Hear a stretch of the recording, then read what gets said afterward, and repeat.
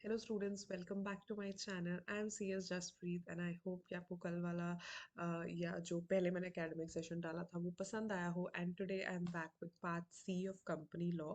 और आज मैं आपको रिवाइज करवाऊंगी प्रोफेशनल मिसकंडक्ट। ये भी रिक्वेस्ट थी स्टूडेंट की, so I am here for that only. So let's get started. तो सबसे पहले प्रोफेशनल मिसकंडक्ट का जो टॉपिक है वो बिल्कुल इंपॉर्टेंट है और आपको शायद पता होगा कि कंपनी लॉ का जो पार्ट सी है 10 मार्क्स का, उसमें से मेजरली इसी चैप्टर में से आता है। तो आप ये समझ लो कि मैं 10 मार्क्स का आज आपको रिवाइज करवाने वाली हूँ। सो प्रोफेशनल मिसकंडक्ट बेसिकली क्या होता है कि एज अ कंपनी सेक्रेटरी हम कौन सी ऐसी चीज़ें हैं जो करेंगे तो प्रोफेशनल मिसकंडक्ट हो जाएगा और हमें एज अ प्रोफेशनल ये चीज़ें नहीं करनी। तो उसमें सबसे पहले आता है अगर आप प्रैक्टिस करते हो, राइट। तो इसमें एक दो टॉपिक्स जो है मैंने इंपॉर्टेंट इंपॉर्टेंट रखे हैं। तो मैं आपको पहले बता देती हूँ कि आप में जब आप कंपनी सेक्रेटरी बनते हो तो सबसे पहले चीज़ें आती हैं जैसे कि ACS and FCS, right. ACS and FCS क्या होता है? ACS होते हैं जो फर्स्ट 5 ईयर्स तक होते हैं जब आप नए नए कंपनी सेक्रेटरी बनते हो, और 5 ईयर्स के बाद आप फेलो मेंबर बन जाते हो, FCS बन जाते हो, राइट। और आपके आगे जो है डेजिग्नेशन भी ACS एंड FCS की ही लग जाती है, right.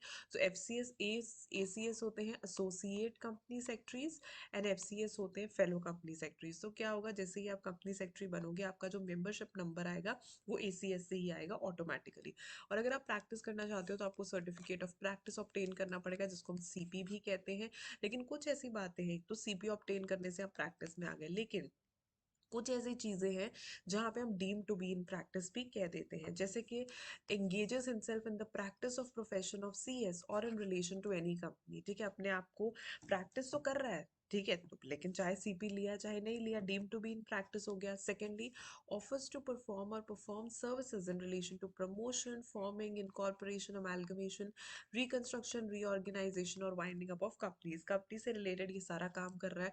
Thirdly, offers to perform or perform such services as may be performed by an authorized representative of a company with respect to filing, registering, presenting, attesting, or verifying any documents, a share transfer agent, an issue house, a share and stockbroker, a secretarial auditor or consultant, an advisor to the company, issuing certificates। इसमें से कुछ भी काम कर रहा है तो definitely आप जो है deem to be in practice हो गए। Holds himself out to be as in practice, लोगों को दिखा रहा है कि मैं प्रैक्टिस में हूँ। रेंडर्स प्रोफेशनल सर्विसेज और assistance with respect to matters of principal, renders such other services as in the opinion of the council are rendered by the company secretary. तो ये कुछ चीजें हैं जिन्हें हम deemed to be in practice कहेंगे, यानी कि अगर कोई भी पर्सन ऐसा कुछ कर रहा है तो हम ये मान लेंगे कि ये प्रैक्टिस कर रहा है। अब बारी आती है प्रोफेशनल मिसकंडक्ट की। इसमें दो शेड्यूल्स के बारे में हम पढ़ते हैं, फर्स्ट शेड्यूल सेकंड शेड्यूल। दोनों में मेजर फर्क ये है कि जो फर्स्ट शेड्यूल है, अगर प्रोफेशनल मिसकंडक्ट फर्स्ट शेड्यूल में होता है तो मैटर जाता है बोर्ड ऑफ डिसिप्लिन के सामने, और अगर सेकंड शेड्यूल में गड़बड़ होती है या दोनों शेड्यूल्स में होती है देन मैटर जाता है डिसिप्लिनरी कमेटी के पास। तो ये आपको सबसे पहली बात पता होनी चाहिए कि अगर आप फर्स्ट शेड्यूल का मिसकंडक्ट करते हो तो आपका केस या आपका जो मैटर जाएगा बोर्ड ऑफ डिसिप्लिन के पास जाएगा। अगर आप बोथ शेड्यूल्स में करते हो या फिर सेकेंड शेड्यूल में करते हो तो आपका मैटर जाएगा डिसिप्लिनरी कमेटी के पास। अब बोर्ड ऑफ डिसिप्लिन क्या होता है? बोर्ड ऑफ डिसिप्लिन जैसे आपको पहले बता ही दिया कि फर्स्ट शेड्यूल में है तो बोर्ड ऑफ डिसिप्लिन के पास जो है केस आपका चला जाएगा। अब जब आपका केस जाएगा तो बोर्ड ऑफ डिसिप्लिन के पास पावर क्या है, क्या एक्शन ले सकती है? रेप्रिमेंड कर सकती है आपको, ठीक है, मेंबरशिप से हटा सकती है, remove the name of the member from register up to 3 months. 3 months के लिए, यानी कि टेम्पररीली आपका नाम रजिस्टर से हटा देगी। Impose such fine as it may think fit which may extend to 1 lakh rupees, यानी कि 1 लाख तक कोई भी फाइन आप पे लगा सकती है। तो ये तीन चीजें आपको रेप्रिमेंड कर सकती है, आपका नाम रजिस्टर से 3 मंथ्स के लिए यानी कि टेम्पररीली हटा सकती है, and third, impose such fine as it may think fit, right. तो डिसिप्लिनरी कमेटी जो है वो उससे थोड़ी ऊपर चली जाती है, थोड़ी सीरियस मानी जाती है, बिकॉज ये सेकेंड शेड्यूल या दोनों शेड्यूल्स के मिसकंडक्ट के लिए आता है। तो डिसिप्लिनरी कमेटी में प्रेसिडेंट या वाइस प्रेसिडेंट रहते हैं काउंसिल के as the presiding officer, and 2 members are elected amongst the members of the council, and 2 members are nominated by central government. So इस तरीके से ये बनती है। इनके पास क्या क्या पावर्स है? वन और मोर एक्शन ले सकते हैं, रेप्रिमेंड कर सकते हैं, रिमूव द नेम परमानेंटली और for such period as it may think. वैसे ऊपर मैंने सिर्फ 3 मंथ्स बोला था, यहाँ पे बोला परमानेंटली भी हटा सकते हो या जो भी पीरियड उन्हें ठीक लगता है वो। और फाइन इम्पोज करना है विच में एक्सटेंड टू 5 लाख, ऊपर वाले केस में था 1 लाख। फिर बारी आती है authority, disciplinary committee, board of discipline, director discipline to have powers of civil code. ये आई थिंक जब मैंने जीआईजीएल के भी लेक्चर्स प्रोवाइड किए थे तो मैं हमेशा ये चीज़ बोलती हूँ कि ये चीज़ें ना, ये पावर्स ऑफ सिविल कोड बहुत सारी जगहों पे बहुत सारी अथॉरिटीज को पावर ऑफ सिविल कोड दिए होते हैं, तो आप एक ही जगह पे इसको लर्न कर लो तो बार बार आपको लर्न करना नहीं पड़ेगा। तो इसी तरीके से इस अथॉरिटी को, इस डिसिप्लिनरी कमेटी को, इस बोर्ड ऑफ डिसिप्लिन को के पास जो पावर्स हैं as equivalent to civil code है, तो क्या क्या पावर्स है? Summoning and enforcing the attendance and examining him on oath, discovery and production of any document, receiving and evidence on affidavit. इसे आप एज इट इज लर्न कर लो because ये change नहीं होते। जिस भी अथॉरिटी के पास पावर्स ऑफ सिविल कोड होती है उनके पास ये सारी पावर्स रहती ही रहती है। अब अपील, अब अगर ऐसा कुछ हो जाए तो आप क्या कर सकते हो? आप अपील कर सकते हो अथॉरिटी को, ठीक है? एपलेट अथॉरिटी है, आप उन्हें अपील कर सकते हो। तो अपील करनी कैसे है? Any member of the institute agreed by the order of board of discipline और डिसिप्लिनरी कमेटी जिसके ऊपर पेनल्टी चार्ज हुई है, विद इन 90 डेज जो है अपील कर सकता है अथॉरिटी को, ठीक है? देन डायरेक्टर डिसिप्लिन भी अपील कर सकता है against the decision of board of discipline और डिसिप्लिनरी कमेटी। जो डायरेक्टर डिसिप्लिन है वो भी अपील कर सकता है, वो भी 90 डेज में अपील कर सकता है।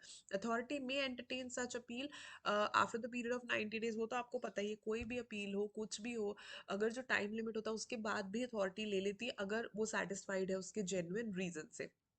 अब अथॉरिटी अपील के लिए क्या करेगी? कॉल करेगी, रिकॉर्ड्स कॉल अप होते हैं, वो रिवाइज कर सकती है कोई भी ऑर्डर, या और क्या कर सकती है? वो मॉडिफाई कर सकती है, कंफर्म कर सकती है, सेट असाइड द ऑर्डर, कोई पेनल्टी लगा सकती है या सेट असाइड कर सकती है, reduce enhance the penalty, remit the case, वापस भेज देगी केस, ठीक है भाई इसको अच्छे से इन्वेस्टिगेट करके भेजो, इंक्वायरी करके भेजो।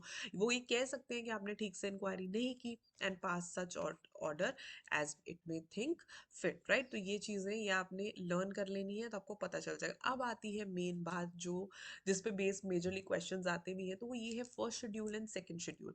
फर्स्ट शेड्यूल के 3 पार्ट्स हैं, फर्स्ट शेड्यूल के 4 पार्ट्स हैं सॉरी, और सेकंड शेड्यूल के 3 पार्ट्स हैं। तो फर्स्ट शेड्यूल के जो 4 पार्ट्स हैं वो सबसे पहले आएगा professional misconduct in relation to CS in practice, then members of institute in service, then members of institute generally, और fourth other misconduct। second schedule में ना सर्विस वाला हट जाएगा, बाकी तीन एज इट इज रहेंगे, in practice, generally and other misconduct. अब यहाँ पे स्टार्ट करने से पहले मैं आपको पहले ही बता देती हूँ ये सब कुछ आपने लर्न करना है।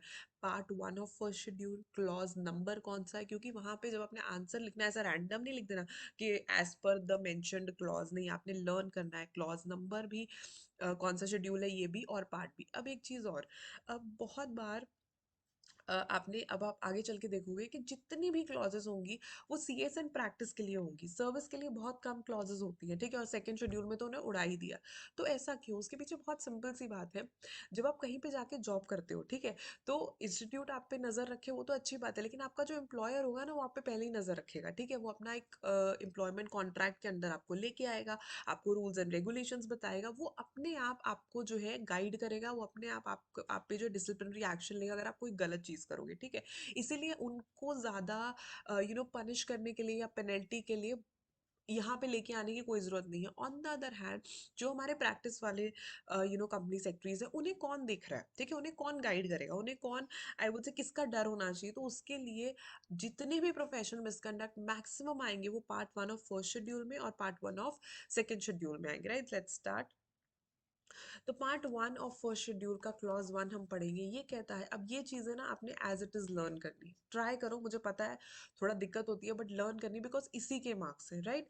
सो provides that a company secretary in practice, कैसे allow any person to practice in his name as a company secretary unless such person is also a company secretary in practice and is in partnership or employed by him। तो सबसे पहले किसी को भी अपने नाम में प्रैक्टिस नहीं करने देनी अपना नाम यूज करके, ठीक है?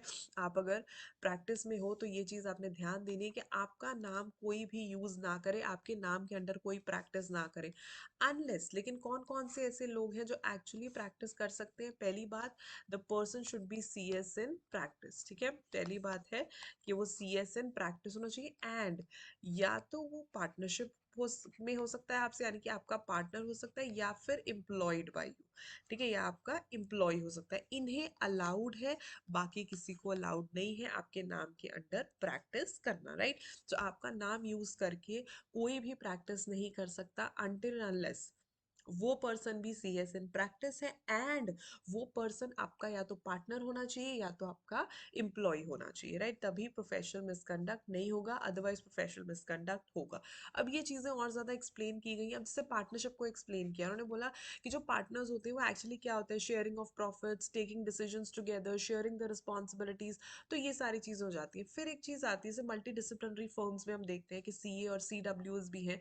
तो उस केस में क्या है, उन्होंने बोला कि वो partners like on a question के नॉट बिकम पार्टनर्स, लेकिन अब अमेंडमेंट हो चुकी है। अब तो अमेंडमेंट हो गई है, अब तो आपको पता है कि CS, CW एडवोकेट सब मिलके फर्म खोल सकते हैं, कोई प्रॉब्लम नहीं है।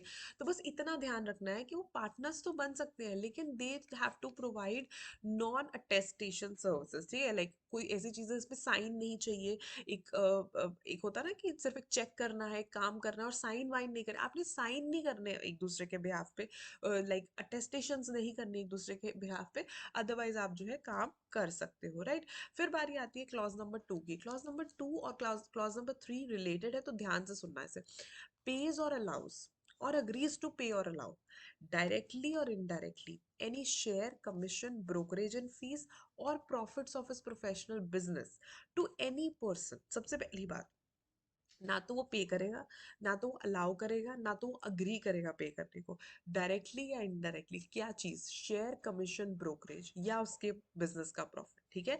ना तो वो पे करेगा, ना तो वो अलाउ करेगा टू पे, ना तो वो अग्री करेगा टू पे, ठीक है? डायरेक्टली और इनडायरेक्टली, ठीक है? क्या क्या नहीं पे कर सकते? शेयर, शेयर, कमीशन, ब्रोकरेज या प्रॉफिट। ये सारी चीजें किसी को नहीं देनी। एक CSN प्रैक्टिस ने क्या पे नहीं करनी, अलाउड टू पे नहीं करनी, अग्री टू पे नहीं करनी। डायरेक्टली या इनडायरेक्टली कोई भी शेयर अपना प्रॉफिट में, कोई भी कमीशन, कोई भी ब्रोकरेज या कोई भी प्रॉफिट अदर देन, किसको कर सकते हैं allow? Other than a member of the institute or partner or retired partner or legal representative of a deceased partner or member of any other professional body or with such other persons having such qualifications for the purpose in or outside India. सबसे पहली बात, सबसे पहली बात आपने ये देखनी है, ना तो वो पे करेगा, ना तो वो अलाउ टू पे करेगा, ना तो वो अग्री टू पे करेगा। डायरेक्टली और इनडायरेक्टली क्या नहीं पे करेगा? ना तो शेयर, ना तो कमीशन, ना तो ब्रोकरेज, ना तो प्रॉफिट। अब यहाँ तक हो गया, किसी भी पर्सन को नहीं देना। अदर देन किसे दे सकते हैं? मेंबर ऑफ द इंस्टीट्यूट को दे सकते हैं, अपने पार्टनर को दे सकते हैं, रिटायर्ड पार्टनर को भी दे सकते हैं, legal representative of disease partner को भी दे सकते हैं, या फिर member of any other professional qualification, having such other qualification. तो सबसे पहले यहाँ तक आपको अच्छे से पता चल जाना चाहिए। यहाँ तक पता चल गया, इसके बाद आता है, ठीक है, इस केस में अब उन्होंने बोला कि किस किस को आप एक्चुअली में दे सकते हो। ICSI के मेंबर को दे सकते हो, ठीक है, अपने पार्टनर को दे सकते हो, रिटायर्ड पार्टनर को दे सकते हो, ठीक है? आप किस किस को दे सकते हो? ICSI के मेंबर को दे सकते हो, ठीक है, अपने पार्टनर को दे सकते हो, रिटायर्ड पार्टनर को दे सकते हो, legal representative of diseased partner को दे सकते हो। सबसे पहले इतना, और फिर member of any such other professional body having such qualification, उसके लिए आप नीचे आ जाओ। ये जब 2 स्लाइड्स में आपको दिखाने वाली हूँ ना, ये आपने अच्छे से यहीं पे समझ लेनी है, बिकॉज आगे चल के भी इन्हीं की बात होगी, ठीक है? ये सेम चीजें चलती हैं, तो जहां पे भी आगे चल के वर्ड आता है ना, other professional bodies, other professional bodies, तो ये सारी प्रोफेशनल बॉडीज हैं और ये सारी क्वालिफिकेशंस है, ठीक है? ये बिल्कुल सेम है, just like I tell you everywhere whenever I teach. यहीं पे आप समझ जाओ ताकि आगे चल के आपको दिक्कत ना आए। तो यहाँ पे सबसे पहले अदर प्रोफेशनल बॉडीज मतलब कौन सी, इसमें आती है ICAI, चार्टर्ड अकाउंटेंट्स वाली, ICAI कॉस्ट अकाउंटेंट्स वाली, बार काउंसिल आएगा, IIA which is Indian institute of architects, I sorry institute of actuaries of India, ठीक है, the membership of other professional bodies, ठीक है? तो ये कुछ प्रोफेशनल बॉडीज हैं जिनके मेंबर्स के साथ आप अपना प्रॉफिट, अपना कमीशन, अपना शेयर शेयर कर सकते हो, उन्हें दे सकते हो। You can pay, you can allow to pay, you can agree to pay, ठीक है, तो ये सारे अलाउड होते हैं, ये आपने अच्छे से लर्न करने हैं बिकॉज क्वेश्चंस आ सकते हैं इसमें, ठीक है।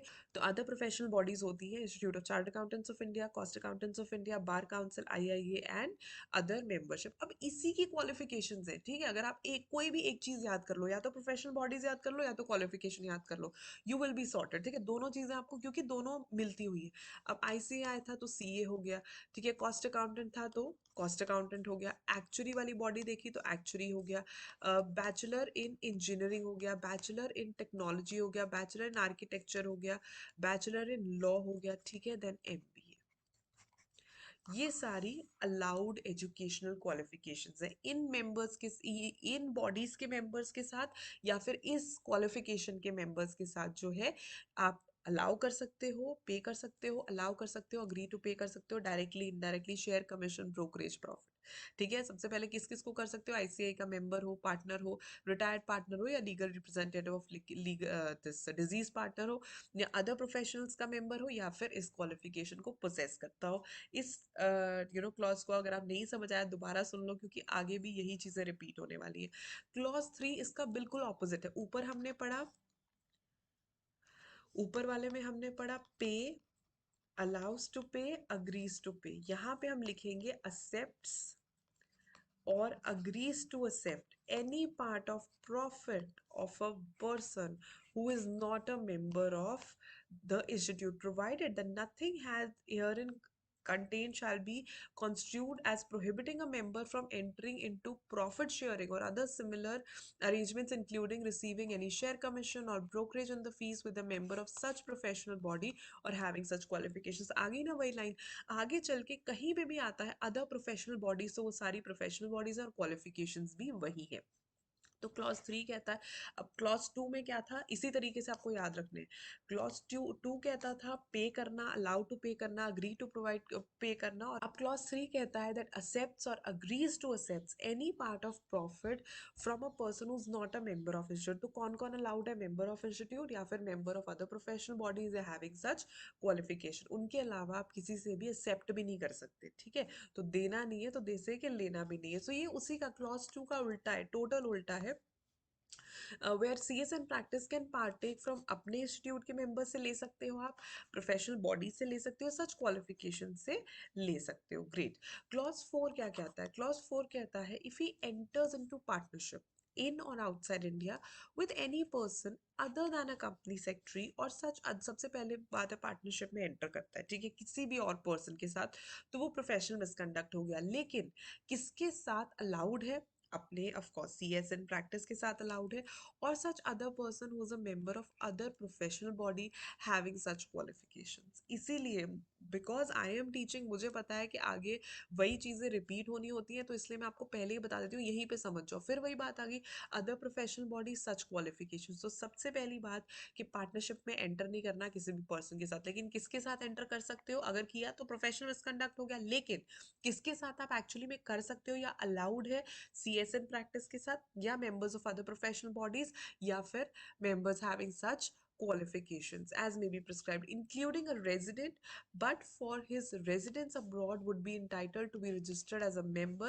under clause E of subsection 1 of section 4 whose qualifications are recognized by central government or council for permitting partnerships। लेकिन allowed होना चाहिए, ठीक है, allowed है तो फिर कोई दिक्कत नहीं है। तो ये चीज़ है जो सबसे ज़्यादा इंपॉर्टेंट है कि पार्टनरशिप में पहली बात आपने एंटर नहीं करना, किसके साथ एक्चुअली कर सकते हो, सीएस एंड प्रैक्टिस के साथ कर सकते हो, या फिर अदर प्रोफेशनल बॉडीज वाला कर सकते हो, या फिर क्वालिफिकेशन वाला कर सकते हो, या फिर अगर रेजिडेंट है, ठीक है, who but for his residence abroad क्या होगा, to be entitled to be registered as a member under clause, इसकी क्वालिफिकेशंस जो है सेंट्रल गवर्नमेंट ने अप्रूव की हुई है, वो भी अलाउड है। Then moving to clause 5, clause 5 ये कहता है he secures either through services of a person who is not an employee or who is not a partner which are not open to company secretary any profession professional business. तो कुछ भी provided that here and shall be contribute as prohibiting any arrangement permitted in 2, 3, 4 of this part। तो ये बहुत ज़रूरी है। इसका मतलब ये है कि आपने किसी भी तरीके से कोई सर्विसेज सिक्योर नहीं करनी, लेनी नहीं है, किसी से मांगनी नहीं है, ठीक है। कौन से लोगों से? अदर दैन, ठीक है, who is not an employ. जो पर्सन एम्प्लॉय नहीं है आप उसकी सर्विसेज सिक्योर नहीं कर सकते। जो पर्सन आपका पार्टनर नहीं है, ठीक है, और मीन्स गलत तरीके से नहीं कर सकते, which are not open to CS in practice. तो इस चीज का आपने खास ध्यान रखना है। तो इसमें क्या मतलब बात है, दिस क्लॉज, अब ये जो फिफ्थ क्लॉज है, सिक्स क्लॉज है, ये दोनों क्लॉजेस बहुत जरूरी है। So basically clause 5 of part 1, ठीक है, अब क्या होता है, this clause frowns upon discreditable practice, मतलब गलत तरीके से आपने प्रोफेशनल वर्क नहीं लेना। It covers instances of obtaining professional work by unethical means and by means not open to CS। तभी तो प्रोफेशनल मिसकंडक्ट है, राइट। अगर हम ये बोल दें कि भाई जो मर्जी करो, जैसे मर्जी करो, बस पैसा कमाओ, काम लेके आओ, तो फिर एथिक्स कहाँ होंगे, ठीक है। तो उन्होंने बोला कि अनएथिकल तरीके से काम नहीं करना, अनएथिकल प्रैक्टिस। जैसे यहाँ पे ये एक एग्जांपल बहुत अच्छा आया है, काउंसिल की गाइडलाइंस आई थी। अब PCS बोलेगा अरे मैं तो अपनी कर ही नहीं सकता अपनी एडवर्टाइजमेंट। तो they say within the parameters of above guidelines issue advertisement launch अपनी वेबसाइट पे, या such action would not be treated as violation. यानी कि आप अपनी वेबसाइट पे अपनी पब्लिसिटी कर सकते हो। आगे चल के क्लॉज 6 में आपको और क्लैरिटी हो जाएगी कि क्या ऐड होता है, क्या ऐड नहीं होता, और कितने दायरे में रह के आप ऐड जो है वो कर सकते हो। Now clause 5 of part 1 of the schedule is very clear that no member in practice should secure any professional business through propagation, ठीक है, अपना प्रोपागेंडा करना, अरे हम एक दिन में इतनी फाइलिंग कर देते हैं, हम यहाँ हमारे पास आ जाओ, इतना डिस्काउंट है। ये कोई मेकअप का बिजनेस नहीं है, ठीक है। It is not like that कि आज इतना डिस्काउंट चल रहा है, कल इतना डिस्काउंट चल रहा है। They say keep up your professional ethics, right. आपने इस तरीके से काम नहीं करना, ठीक है। So the member in practice have to be cautious of any kind of wording or message in the website created by them. ऐसा नहीं है कि इतनी फाइलिंग्स एक दिन में कर दो, या लास्ट दिन हमारे पास आओ, या हमारे पास फाइलिंग कराने आओगे तो आपको इतना % डिस्काउंट देंगे, या ये कराने आओगे तो 10 चीजें कॉम्प्लीमेंट्री देंगे। वेबसाइट के ऊपर ये सारी चीजें नहीं होनी चाहिए। इट शैल नॉट इंडिकेट और imply securing solicitation of business और क्लाइंट। तो इस तरीके से, गलत तरीके से सॉलिसिटेशन आपने बिल्कुल भी नहीं करनी। सो अब आता है द मोस्ट इम्पॉर्टेंट क्लॉज। ये सबसे ज़्यादा इम्पॉर्टेंट है और सबसे ज़्यादा क्वेश्चंस इसी क्लॉज में से आते हैं, और ये सबसे ज़्यादा लेंदी क्लॉज है, राइट। तो ये क्लॉज अगर आपको समझ आ गया तो देर आर चांसेस कि इसमें से क्वेश्चंस आते हैं, इसमें से केस लॉज बन जाते हैं। तो इसको आपने ध्यान से सुनना है, फिर आगे का तो बहुत ईजी है, it's very very easy, right. तो सबसे पहली बात, इसमें बात क्या हो रही है? इसमें बात हो रही है कि अपने क्लाइंट सॉलिसिट नहीं करने, प्रोफेशनल वर्क सॉलिसिट होना है। आई वुड से कि मांगना, ठीक है, या क्लाइंट्स लेना। तो वो कहाँ नहीं करना आपने, ही सॉलिसिट्स क्लाइंट्स और professional work directly or indirectly bye circular, advertisement, personal communication और इंटरव्यू, और बाय एनी अदर मीन्स। पहले यहाँ तक समझो, ठीक है। सबसे पहली बात उन्होंने बोला प्रोफेशनल मिसकंडक्ट हो जाएगा अगर आप क्लाइंट सॉलिसिट करोगे या प्रोफेशनल वर्क सॉलिसिट करोगे, मांगोगे या सिक्योर करोगे, डायरेक्टली या इनडायरेक्टली, ठीक है। कैसे? सर्कुलर के थ्रू, किसी एड के थ्रू, पर्सनल कम्युनिकेशन के थ्रू, या इंटरव्यू के थ्रू, या अदर मीन्स के थ्रू। देखो, जैसे मैं लिख रही हूँ ना, this is the best way to learn this clause, otherwise आपको याद नहीं होंगे, भूल जाओगे। एक एक वर्ड को सेपरेट कर लो और इन्हें लर्न कर लो। सॉलिसिट करना क्लाइंट्स को या प्रोफेशनल वर्क को, डायरेक्टली या इनडायरेक्टली। कैसे? सर्कुलर से, एड से, पर्सनल कम्युनिकेशन से, इंटरव्यू से, एंड अदर मीन्स से, प्रोवाइडेड। अब इसमें आप बोलोगे कि ये इंपॉर्टेंट क्यों? ये इंपॉर्टेंट इसलिए है, इस पूरे क्लॉज में ना आपको ये पता चलेगा कि क्या ऐड नहीं होती, ठीक है। ये तो जनरल बात है कि सॉलिसिट नहीं करने क्लाइंट्स, प्रोफेशनल वर्क सॉलिसिट नहीं करना, लेकिन हमें पता कैसे चलेगा कि ये सॉलिसिटेशन है या नहीं है, ये प्रोफेशनल मिसकंडक्ट है या नहीं है? वहां पे क्वेश्चन ऐसा ही आना है। वहां पे केस लॉ में उन्होंने बोलना है कि इस तरीके से उसने किया, ये ऐड दे दी, ये सर्कुलर निकाल दिया, ये पर्सनल कम्युनिकेशन कर दिया। अब आप बताओ कि क्या ये प्रोफेशनल मिसकंडक्ट है? इसीलिए क्लॉज सबसे ज्यादा जरूरी है, बिकॉज इसके एक्सेप्शन समझने बहुत जरूरी है।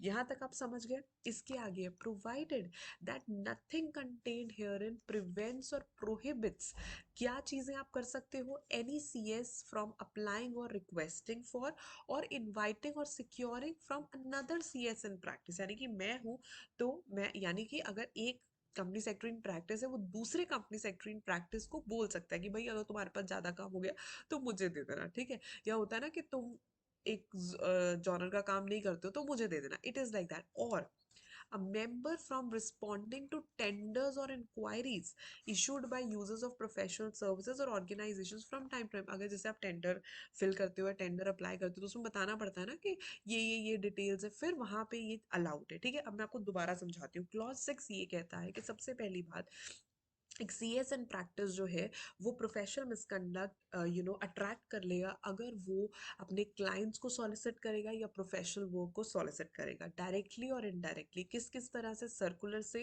एडवर्टाइजमेंट से, पर्सनल कम्युनिकेशन से, इंटरव्यू से, या एनी अदर मीन। सबसे पहली बात, इन 5 चीज़ों से आपने क्लाइंट सॉलिसिट नहीं करना, प्रोफेशनल वर्क सॉलिसिट नहीं करना, प्रोवाइडेड कहाँ पे ये रिस्ट्रिक्शन नहीं लगती। पहली बात, अगर आप किसी और कंपनी सेक्रेटरी इन प्रैक्टिस को कहते हो, it is completely allowed, right. अगर एक कंपनी सेक्रेटरी दूसरे कंपनी सेक्रेटरी इन प्रैक्टिस को बोलता है कि रिक्वेस्ट करता है या अप्लाई करता है कि अगर कुछ काम मेरे को दे देना, दैट इज फाइन। सेकेंडली, अगर आप किसी टेंडर का या किसी इंक्वायरी का जवाब देते हो तो ऑब्वियसली कोई पूछेगा तो बताओगे ना, ये थोड़ी कहोगे कि प्रोफेशनल मिसकंडक्ट है, तो वो भी अलाउड है, ठीक है। ये बेसिक चीज आ गई। तो नीचे वही बताया, इट फोर्टिफाइज अबाउट सिक्योरिंग क्लाइंट्स और प्रोफेशनल वर्क। सॉलिसिटेशन जो है वो प्रोहिबिटेड है, आपने जा जाके मांगनी नहीं। और ये सॉलिसिटेशन चाहे डायरेक्ट हो चाहे इनडायरेक्ट हो, चाहे सर्कुलर से हो, एडवर्टाइजमेंट से। यहाँ पे बहुत अच्छी लाइन लिखी है, that true professional should command honour and not demand it, ठीक है। आपने मांगने नहीं जाना किसी से कि भाई आओ हमारे पास आओ, ठीक है। तो इस तरीके का आप अपना इंटेग्रिटी बनाओ कि लोग आपके पास आए।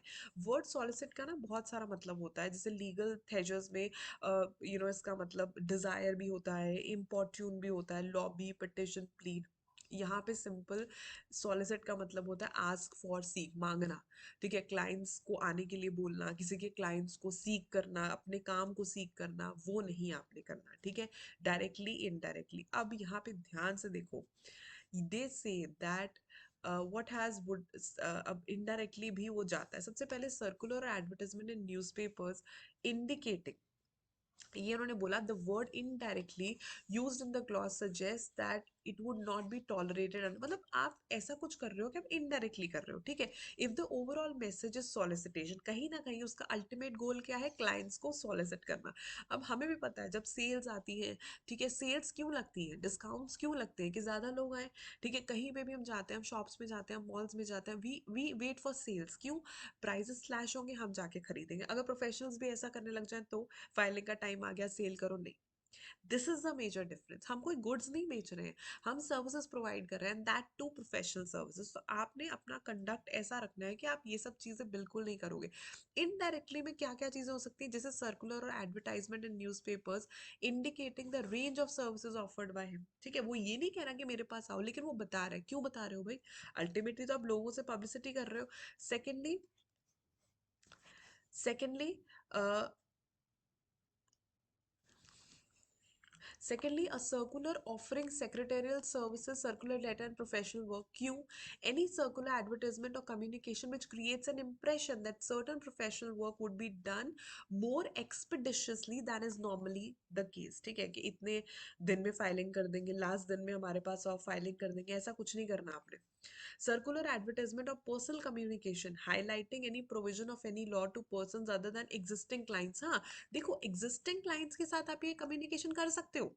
जो आपका ऑलरेडी क्लाइंट है, आप उसको बता सकते हो कि भाई ये प्रोविजन ऑफ लॉ है, ये ऐसा हो, ये ऐसा हो। लेकिन आप किसी और के साथ ये चीज नहीं कर सकते, आप किसी और को हाईलाइट नहीं कर सकते ये सारी चीजें। हैंडबिल्स इशू करना ऊपर वाले किसी भी मैटर में, publication in the telephone directory, name, address in extra bold typeface, ठीक है।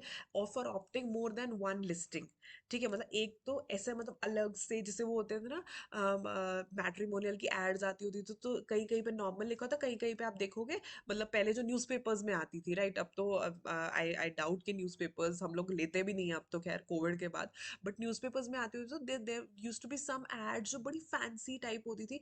एंड आई वुड अज्यूम कि वो स्पेशली पेड होती थी कि लोगों की नजर जाए, बस वैसे ही कोई हरकत नहीं करनी कि आपने अपनी टेलीफोन डायरेक्टरी में से पूरा डेकोरेट करवा के अपने नाम के लोग लोग हमारे नाम को देखे, ऐसा कुछ नहीं करना। हाउएवर आप देखोगे कि टेलीफोन डायरेक्टरीज ना, आई डोंट नो कि अब आती है या नहीं, लेकिन पहले मैंने देखी हुई है, उसमें येलो पेजेस होते थे, ठीक है, तो येलो पेजेस में दिया होता था नाम, ठीक है। So publishing the name is not a misconduct. अब इस बात को ध्यान से सुनना, मैं दोबारा बताती हूँ। अगर तो आप टेलीफोन डायरेक्टरी में अपना नाम एकदम एक्स्ट्रा बोल्ड, कि ऐसा कि मतलब उसका इंटेंशन क्या है कि लोग हमारा नाम देखे, ठीक है, बाकियों को ना देखे, हमारा नाम देखे, वैसा आपने कुछ नहीं करना। या दो तीन जगह पे अपना नाम लिखा हुआ है, ऐसा कुछ नहीं करना। लेकिन येलो पेजेस जो होते हैं ना टेलीफोन डायरेक्टरी के, अगर आपने देखी हो, मतलब मुझे नहीं पता कि आपकी जनरेशन ने देखी या नहीं, बट मैंने देखी है, तो उसमें येलो पेजेस में जैसे लिखा होता था कि एरिया में कहाँ कहाँ पे डॉक्टर्स हैं, कहाँ कहाँ पे लॉयर्स हैं, वैसे ही प्रोफेशनल्स का होता था। तो येलो पेजेस में अपना अगर आप नाम देते हो, एड्रेस देते हो, that is allowed, that is not a misconduct, that is, वो एक क्लासिफाइड लिस्ट होती है, वो है ही इस चीज के लिए।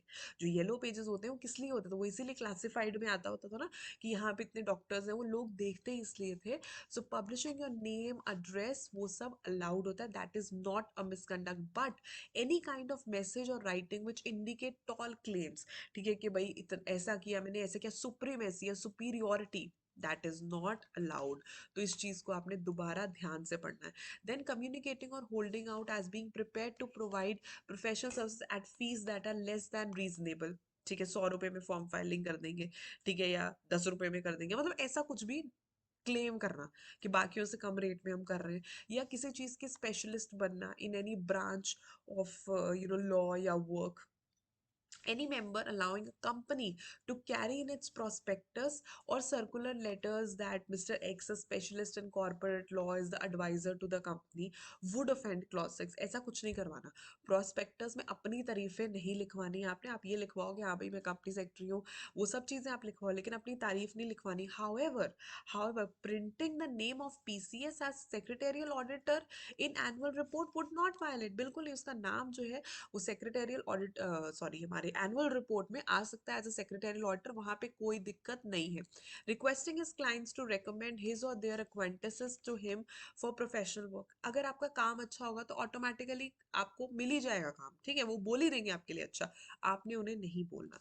frequent press announcements or circulars about his not being available for professional work for a certain period whereat he normally has his office, ठीक है, मतलब जानबूझ के अपनी वो करवाने के लिए कि मैं तो वहां बैठा नहीं हूँ, मैं तो वहां बैठा नहीं हूँ for certain period at a place where at, कि वो नॉर्मली जहाँ पे उसका ऑफिस है, जानबूझ के बताने के लिए कि मेरा वहां पे ऑफिस है, ठीक है। अगर आप ध्यान से सोचोगे ना, अगर आप देखोगे तो negative publicity in today's time is the best publicity, क्योंकि लोग किसी की पॉजिटिविटी की बात नहीं करते, लोग ये नहीं कहेंगे वो बंदा बहुत अच्छा काम करता है। अब कोई भी नेगेटिव पब्लिसिटी होती है, आप देखते हो हम कैसे खींचे चले जाते हैं, ठीक है, मूवी की क्रिटिसिज्म जब बहुत ज्यादा होती है तो हमें वो हो जाता है ना, ह्यूमन रश हो जाता है कि भाई देखे कि ऐसा क्या है मूवी में, तो वो चीज़ है, तो नेगेटिव थिंग चल जाती है, तो बार बार आके बोलना कि I am not available over there, I am not, जानबूझ के, ठीक है, तो that is not allowed. Highlight करना, आप टेलीविजन पे किसी इंटरव्यू में या रेडियो पे किसी इंटरव्यू में अपने आप को बखारना, अपने प्रोफेशनल अटेनमेंट्स को बखारना is not allowed. Making tall claims, supremacy, however sending biodata to organisers, अब आप देखोगे, अगर आपने कभी देखी हो मॉडरेशन वगैरह से, मैं भी मॉडरेशन करती हूँ, तो हम अगर किसी गेस्ट को बुलाते हैं, ठीक है, तो उस गेस्ट के साथ हम क्या करते हैं, हम उसका बायोडाटा मंगवाते हैं and we actually tell the audience that who is the guest. तो इसी तरीके से अगर वो जो टेलीविजन के होस्ट हैं या रेडियो जॉकी है, अगर वो बुलवा रही हैं biodata to organisers of the programmes or seminars where they have been invited as a faculty, that is not violate, right. तो ये चीज का आपने ध्यान देना है कि खुद वहां पे जाके नहीं बोलना, अपने मुंह से नहीं बोलना, लेकिन सामने वाला बोल सकता है, ठीक है, होस्ट बोल सकता है, या रेडियो का जो होस्ट है वो बोल सकती है, बायोडाटा मंगवा के वो बता सकती है कि ये ऐसे ऐसे, that is not violative, right. Writing to any institution though that he is in the panel, no work has been allotted to him, even approaching through a third person is violating। किसी institution को लिखे जा रहे हो आप, ठीक है, agency को लिखे जा रहे हो कि मैं पैनल में हूँ, मेरे को कोई काम नहीं दे रहे हो, मेरे को काम दो, मेरे को काम, तो पैनल में हो, पैनल में होगा, ये थोड़ी मतलब है कि आप अपना काम करवाने लग जाएंगे, नहीं।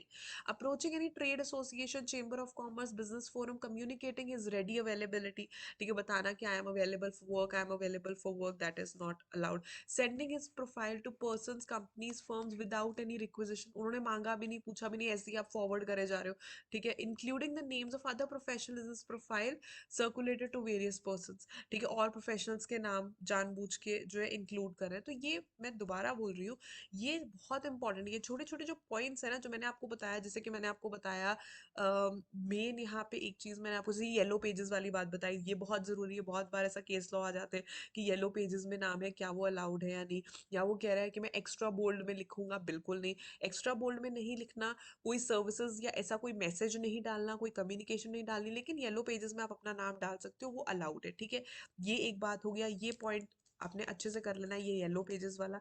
उसके बाद ये वाला पॉइंट इंपॉर्टेंट है कि प्रोस्पेक्टस में नहीं लिखवाना कि वो स्पेशलिस्ट है, सो एंड सो है, ऐसी कोई चीज़ प्रोस्पेक्टस या अदर सर्कुलर लेटर्स में। लेकिन अगर एनुअल रिपोर्ट में कंपनी मेंशन करती है कि हमारा प्रैक्टिसिंग कंपनी सेक्रेटरी है, हमारा सेक्रेटरी लॉटर, दैट इज कंप्लीटली अलाउड, ये पॉइंट इंपॉर्टेंट है। देन ये पॉइंट बहुत इंपॉर्टेंट है, मुझे शायद डाउट है कि इसके ऊपर क्वेश्चंस शायद मेरे अटेम्प्ट में कभी आया था इस पॉइंट पे, लेकिन ये बहुत जरूरी है कि टेलीविजन पे, रेडियो पे जाके अपने गुणगान नहीं करने, अपना बखार नहीं करना। ऑन द अदर हैंड, अगर सामने वाली होस्ट या प्रोग्रामर्स जो वो है ऑर्गेनाइजर्स हैं, अगर वो बायोडाटा मंगवा के आपकी तारीफ करते हैं, फिर कोई बात नहीं, अपने मुंह से अपनी तारीफ नहीं करनी, ठीक है। उसके बाद हाँ, ये 3 पॉइंट्स हैं जो आपने अच्छे से दोबारा पढ़ लेने हैं और समझ लेने हैं, they are very very important. उसके बाद आते हैं अब ये उससे भी ज्यादा, ऊपर वाले से भी ज्यादा जरूरी है, ठीक है। ऊपर में तो जो आपने पढ़ा वो तो जरूरी था ही, this is important because these are the exceptions और these are allowed under clause 6। अभी तक तो क्लॉज 6 बोल रहा है ये भी मत करो, ये भी मत करो, सॉलिसिटेशन मत करो, ऐड मत करो, लेकिन ये कुछ पॉइंट्स हैं, 6 पॉइंट्स हैं आई थिंक, नहीं, ये कुछ पॉइंट्स हैं, अराउंड अबाउट 15 पॉइंट्स हैं, जो आपको ये कहते हैं कि ये करोगे ना तो मिसकंडक्ट नहीं होगा। So this is also very important, क्योंकि केस लॉ में ये क्वेश्चन आ सकते हैं कि अगर ये चीज मिसकंडक्ट है या नहीं, तो ये आपने अच्छे से लर्न करना। सबसे पहला, publishing in the journal of institute or newspaper any change in the professional address. तो जब आप कंपनी सेक्रेटरी बन जाओगे तो आपको चार्टर्ड सेक्रेटरीज आती है, ठीक है। सेकंड पॉइंट है publishing in professional journals, newspapers, magazines in any classified corner. कुछ भी क्या पब्लिश करना, कोई advertisement for recruitment of staff, यानी कि अगर ऑफिस में आपको स्टाफ की जरूरत है, आपको ये नहीं बताना कि मैं कौन से सर्विसेज देता हूँ, कौन से नहीं देता हूँ, वो सब नहीं, लेकिन अगर आपको कोई स्टाफ चाहिए तो एडवर्टाइज तो करोगे, तो that is allowed, that is not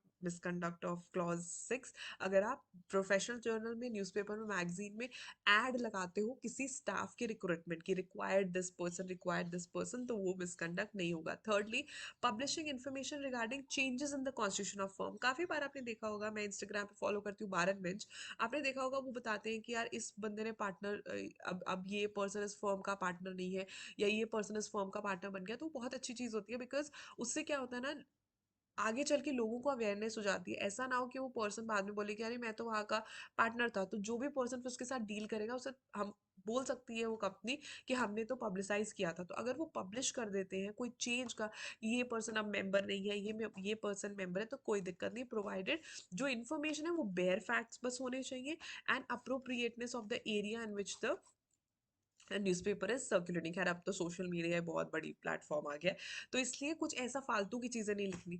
अच्छा, ये बात आती है सेंडिंग न्यू ईयर और सीजनल विशेस विदाउट नरेटिंग। अगर आप किसी को अपने नाम के साथ, अपने फर्म के नाम के साथ न्यू ईयर विश डाल देते हो या सीजनल ग्रीटिंग्स डाल देते हो, कोई चक्कर नहीं, बस उसमें आपने ये नहीं लिख देना कि मैं ये सर्विसेज प्रोवाइड करता हूँ या करती हूँ। Otherwise new year wishes, seasonal wishes अपने फर्म के नाम के साथ एक अच्छा सा टेम्पलेट बना के आप डाल सकते हो, कोई दिक्कत नहीं है।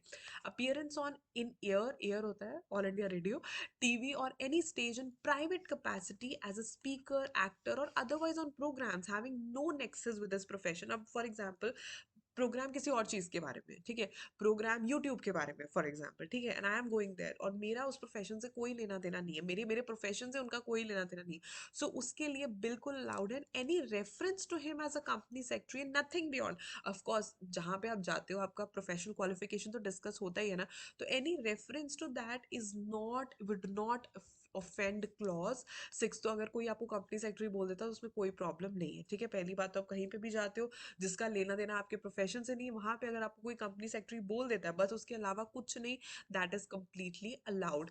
Then appearance or participation and professional capacity. अब ऊपर तो प्राइवेट कैपेसिटी था, ठीक है, ये फर्क देख लेना, ये प्राइवेट कैपेसिटी था, ये प्रोफेशन से रिलेटेड नहीं था, ये अब प्रोफेशनल कैपेसिटी है। air, TV, or other forum where reasonable amount of biographical material may be given without any reference to a member as a specialist in any branch of work. वहां पे जैसे अभी ऊपर हमने देखा कि वो मांगेंगे आपसे बायोडाटा, तो अपना बायोडाटा दो, अपना बायोग्राफिकल मटेरियल दो, बट अपनी बहुत ज्यादा तारीफ उसमें नहीं लिखनी, बेसिक बेसिक चीजें आपने बता देनी है. Then editing, publishing any professional journal, newspaper, magazine. अब अपनी प्रोफेशनल जर्नल पब्लिश कर सकते हो, मैगजीन, न्यूज़पेपर पब्लिश कर सकते हो, एडिट कर सकते हो, कोई दिक्कत नहीं. आर्टिकल्स लिखना या कमेंट्स लिखना प्रोफेशनल जर्नल्स में, मैगजीन्स में, न्यूज़पेपर्स में अलाउड है. Associating with charitable or other welfare association and trade associations without in any way using such position to solicit. मतलब बिल्कुल प्योर हार्ट से या प्योर मीन से चैरिटेबल, चैरिटी का काम करना या वेलफेयर एसोसिएशंस के साथ एसोसिएट होना, लेकिन उसमें कोई लिंक नहीं है कि हमें काम मिले. ठीक है. Writing two is existing clients. अब जो आपके एग्जिस्टिंग क्लाइंट्स है उनसे तो आप बातचीत करोगे, उनसे भी नहीं करोगे. उनसे आप बातचीत कर सकते हो, उन्हें बताना कि अगर कोई लॉ में चेंज आया है, कोई इंटरप्रिटेशन आया है, कोई अमेंडमेंट आया by way of circular, newspaper या एनी पर्सनल कम्युनिकेशन या electronic media, it's completely completely allowed, right. तो ये बहुत अच्छी चीज जो आपको देखनी पड़ेगी. ठीक है. अब ये देखो क्या कहता है. ये कहता है the council of the institute in a case held that conduct of a member in practice by mentioning against his name company secretary in the issue of secretarial aid, a journal edited by him, was violative of clause 6. It was observed क्यों. ठीक है. Secretarial editor, secretarial add करके उसने एक journal थी उसकी, उसने edit की और उसमें अपना नाम के आगे CS लिख दिया. ये वायलेट हो गया. क्यों? क्योंकि उसने अपने नाम के आगे लिख दिया it was observe that the words for further clarification please contact the editor was an indirect attempt to solicit the professional work. ठीक है. अगर आप बोल रहे हो कि भाई कुछ भी आपको चाहिए ना, आप मेरे को कॉल करके पूछ लेना. ठीक है. वो क्या कर रहा है, अपनी तरफ से अपनी पब्लिसिटी कर रहा है. वो सेक्रेटेरियल एड नहीं, वो हेल्प नहीं है. आगे लिख रहा है कि भाई अगर तुम्हें कुछ भी जरूरत है further classification please contact the editor. ठीक है. तो ये बहुत इंपॉर्टेंट है, इस पे केस लॉ आ सकता है. ये केस था, काउंसिल ने डिसाइड किया था this is violation of clause 6, you can't do this. ठीक है. तो अगर किसी जर्नल की जो एडिटिंग है वो कंपनी सेक्रेटरी कर रहा है, उसके नाम के आगे CS लिखना इज रॉन्ग, बिकॉज उन्होंने क्या किया, वहां पे CS लिख दिया और आगे चल के लिख दिया for further clarification please contact the editor. तो ऑटोमेटिकली वो इनडायरेक्टली वर्क जो है वो सॉलिसिट कर रहा है, right. Responding to a specific letter or follow-up of personal discussions and sending a profile of a firm or individual is not prohibited. Of course, अगर कोई आपसे आपका हायरिंग हो रही है या कोई टेंडर कॉल हो रहा है या कोई आपसे पूछ रहा है, ठीक है, या प्रोफाइल मांग रहा है, वो प्रोहिबिटेड नहीं है, वो आप डेफिनेटली कर सकते हो. Stating the assignments handled by him in his profile, however, the name of the client should be supplied only against specific request of the client for the same. So अपने assignments के बारे में बोलना. ठीक है. व्हाट डू दे से कि अपने stating the assignments अपने प्रोफाइल में कि मैंने इतने इतने असाइनमेंट्स की, बस क्लाइंट का नाम जो है वो आप उससे पूछ के यूज कर सकते हो, क्योंकि बहुत ही प्राइवेट एंड कॉन्फिडेंशियल ये बात होती है, so you can't leak it out, right. Issuing advertisement in chartered secretary, जो मैंने आपको बोला ही है. ठीक है. कोई पार्टनरशिप खुली है, आप कोई ब्रांच खोल रहे हो अदर मेंबर्स के साथ, तो वो एडवर्टाइजमेंट आप लगा सकते हो. इशूइंग एडवर्टाइजमेंट और launching website with in the framework of guidelines allowed है, कोई दिक्कत नहीं है. Securing professional work from another PCS is now expressly permitted. ये हम ऊपर पढ़ के आए हैं. ठीक है. तो दूसरे PCS से आप काम ले सकते हो. रिस्पॉन्डिंग टू टेंडर्स और इंक्वायरीज, जो ऊपर ही मैंने आपको बताया था, इशूड बाय, बिल्कुल टेंडर्स और इंक्वायरीज अगर आती है तो ये नहीं बोलना नहीं नहीं मैं बता नहीं सकता, बता सकते हो. ठीक है. तो ये क्लॉज 6 है, इसको अच्छे से कर लेना. इसी में से मैक्सिमम चांसेस होते हैं क्वेश्चन के आने के और उल्टे पुल्टे क्वेश्चन आने के. ठीक है. तो आपने इसको अच्छे से पढ़ लेना है, सुन लेना मैंने जो बोला है, और जो मेन मेन चीजें मैंने बताई हैं वो भी आप देख लेना. ठीक है. Moving to clause number 7. Clause number 7 कहता है ही एडवर्टाइजेस. अब फर्दर इसी चीज के बारे में बात होती रही. वो एडवर्टाइज करता है अपने प्रोफेशनल अटेनमेंट्स को, अपने सर्विसेज को, or uses any designation or expression other than CS on professional documents, visiting cards, letter head, sign boards, unless, पहली बात यहाँ तक, अनलेस से पहले तक देखते हैं, वो अपने प्रोफेशनल अटेनमेंट्स की चर्चा कर रहा है, अपनी उसकी बखार कर रहा है. ऐसे अपने अपने जो प्रोफेशनल क्वालिफिकेशंस हैं CS के अलावा, और एक्सप्रेशंस दे रहा है प्रोफेशनल डॉक्यूमेंट्स पे, विजिटिंग कार्ड्स पे, लेटर हेड्स पे, साइन बोर्ड्स पे, अनलेस जो वो एड ऑन डिग्री बता रहा है वो किसी यूनिवर्सिटी की डिग्री है, या रिकॉग्नाइज्ड बाय सेंट्रल गवर्नमेंट है, या title of indicating membership of ICSI और any other institution that is recognized by central government, provided कि member may advertise through a write-up setting out services provided by him or firm subject to such guidelines. वो एक write-up बना सकता है कि मैं ये चीजें जो है वो प्रोवाइड करता हूँ, ये सर्विसेज। तो दो चीज़ों की यहाँ पे बात हो रही है। पहली बात, एडवर्टाइजमेंट ऑफ प्रोफेशनल अटेनमेंट्स और सर्विसेज बाय CSN प्रैक्टिस, वो क्योंकि अभी सारे हम CSN प्रैक्टिस की पढ़ रहे हैं, and using the designation CS। उन्होंने बोला, as regards the ban on advertisement, almost all the professions all over the world had this kind of restriction to least to start over. ठीक है, कि अपनी प्रोफेशनल अटेनमेंट्स को आपने वो नहीं करना, publicize nahi karna. The idea behind this restriction was that advertisement by profession is incompatible with the qualities of integrity, independence which a profession is expected to possess, especially when these acts are motive for personal gain. The advertisement of professional attainment or services is completely prohibited except where CSN practice advertises as per the guidelines issued by the council. तो ऐसा आपने कुछ नहीं करना. PCS cannot include in his advertisement following particulars like infrastructure available in his office, details of associate PCS, details of his networking, infrastructure. ऐसा कुछ भी नहीं आपने लिखना. कितनी बार आप अपीयर हुए NCLT में, CLB में, ऐसा कुछ नहीं लिखना. काउंसिल का ये व्यू था कि PCS कैन बी परमिटेड. ठीक है, क्या अलाउड है? He can be permitted to allow his clients to use his name in their brochure or hoardings. ठीक है, जैसे क्या होता है, बिल्डर्स होते हैं ना, वो जैसे आर्किटेक्ट्स का नाम लिख देते हैं, RCC कंसल्टेंट्स का नाम लिख देते हैं, लीगल एडवाइजर्स का नाम लिख देते हैं. तो सिमिलरली PCS का नाम भी लिखा जा सकता है. ठीक है, तो पहली बात यहाँ पे उन्होंने ये बोला कि खुद से तो पब्लिसिटी करनी नहीं है, लेकिन काउंसिल ने बोला अगर कोई और अपने ब्रोशर पे या अपने होर्डिंग पे आपका नाम डालता है तो that is completely allowed, that is not violation, क्योंकि आप नहीं कर रहे हो.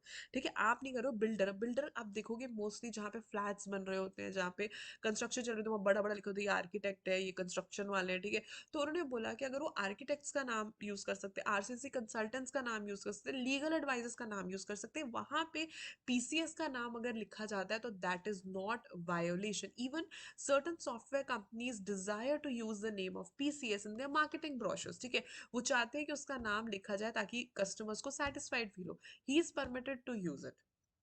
ठीक है, to be use is one of the satisfied customers of a particular software. तो ये अलाउड है. ठीक है, क्योंकि CS जो है वो सॉफ्टवेयर यूज करते हैं. ठीक है, तो अगर उन्हें डालना है कि वो CS ये सॉफ्टवेयर यूज करता है तो उस तरीके से वो उसे यूज कर सकते हैं. That is completely allowed. Now what amounts to अब क्या होता है ना बेटा, हार्ड एंड फास्ट रूल नहीं है यहाँ पे.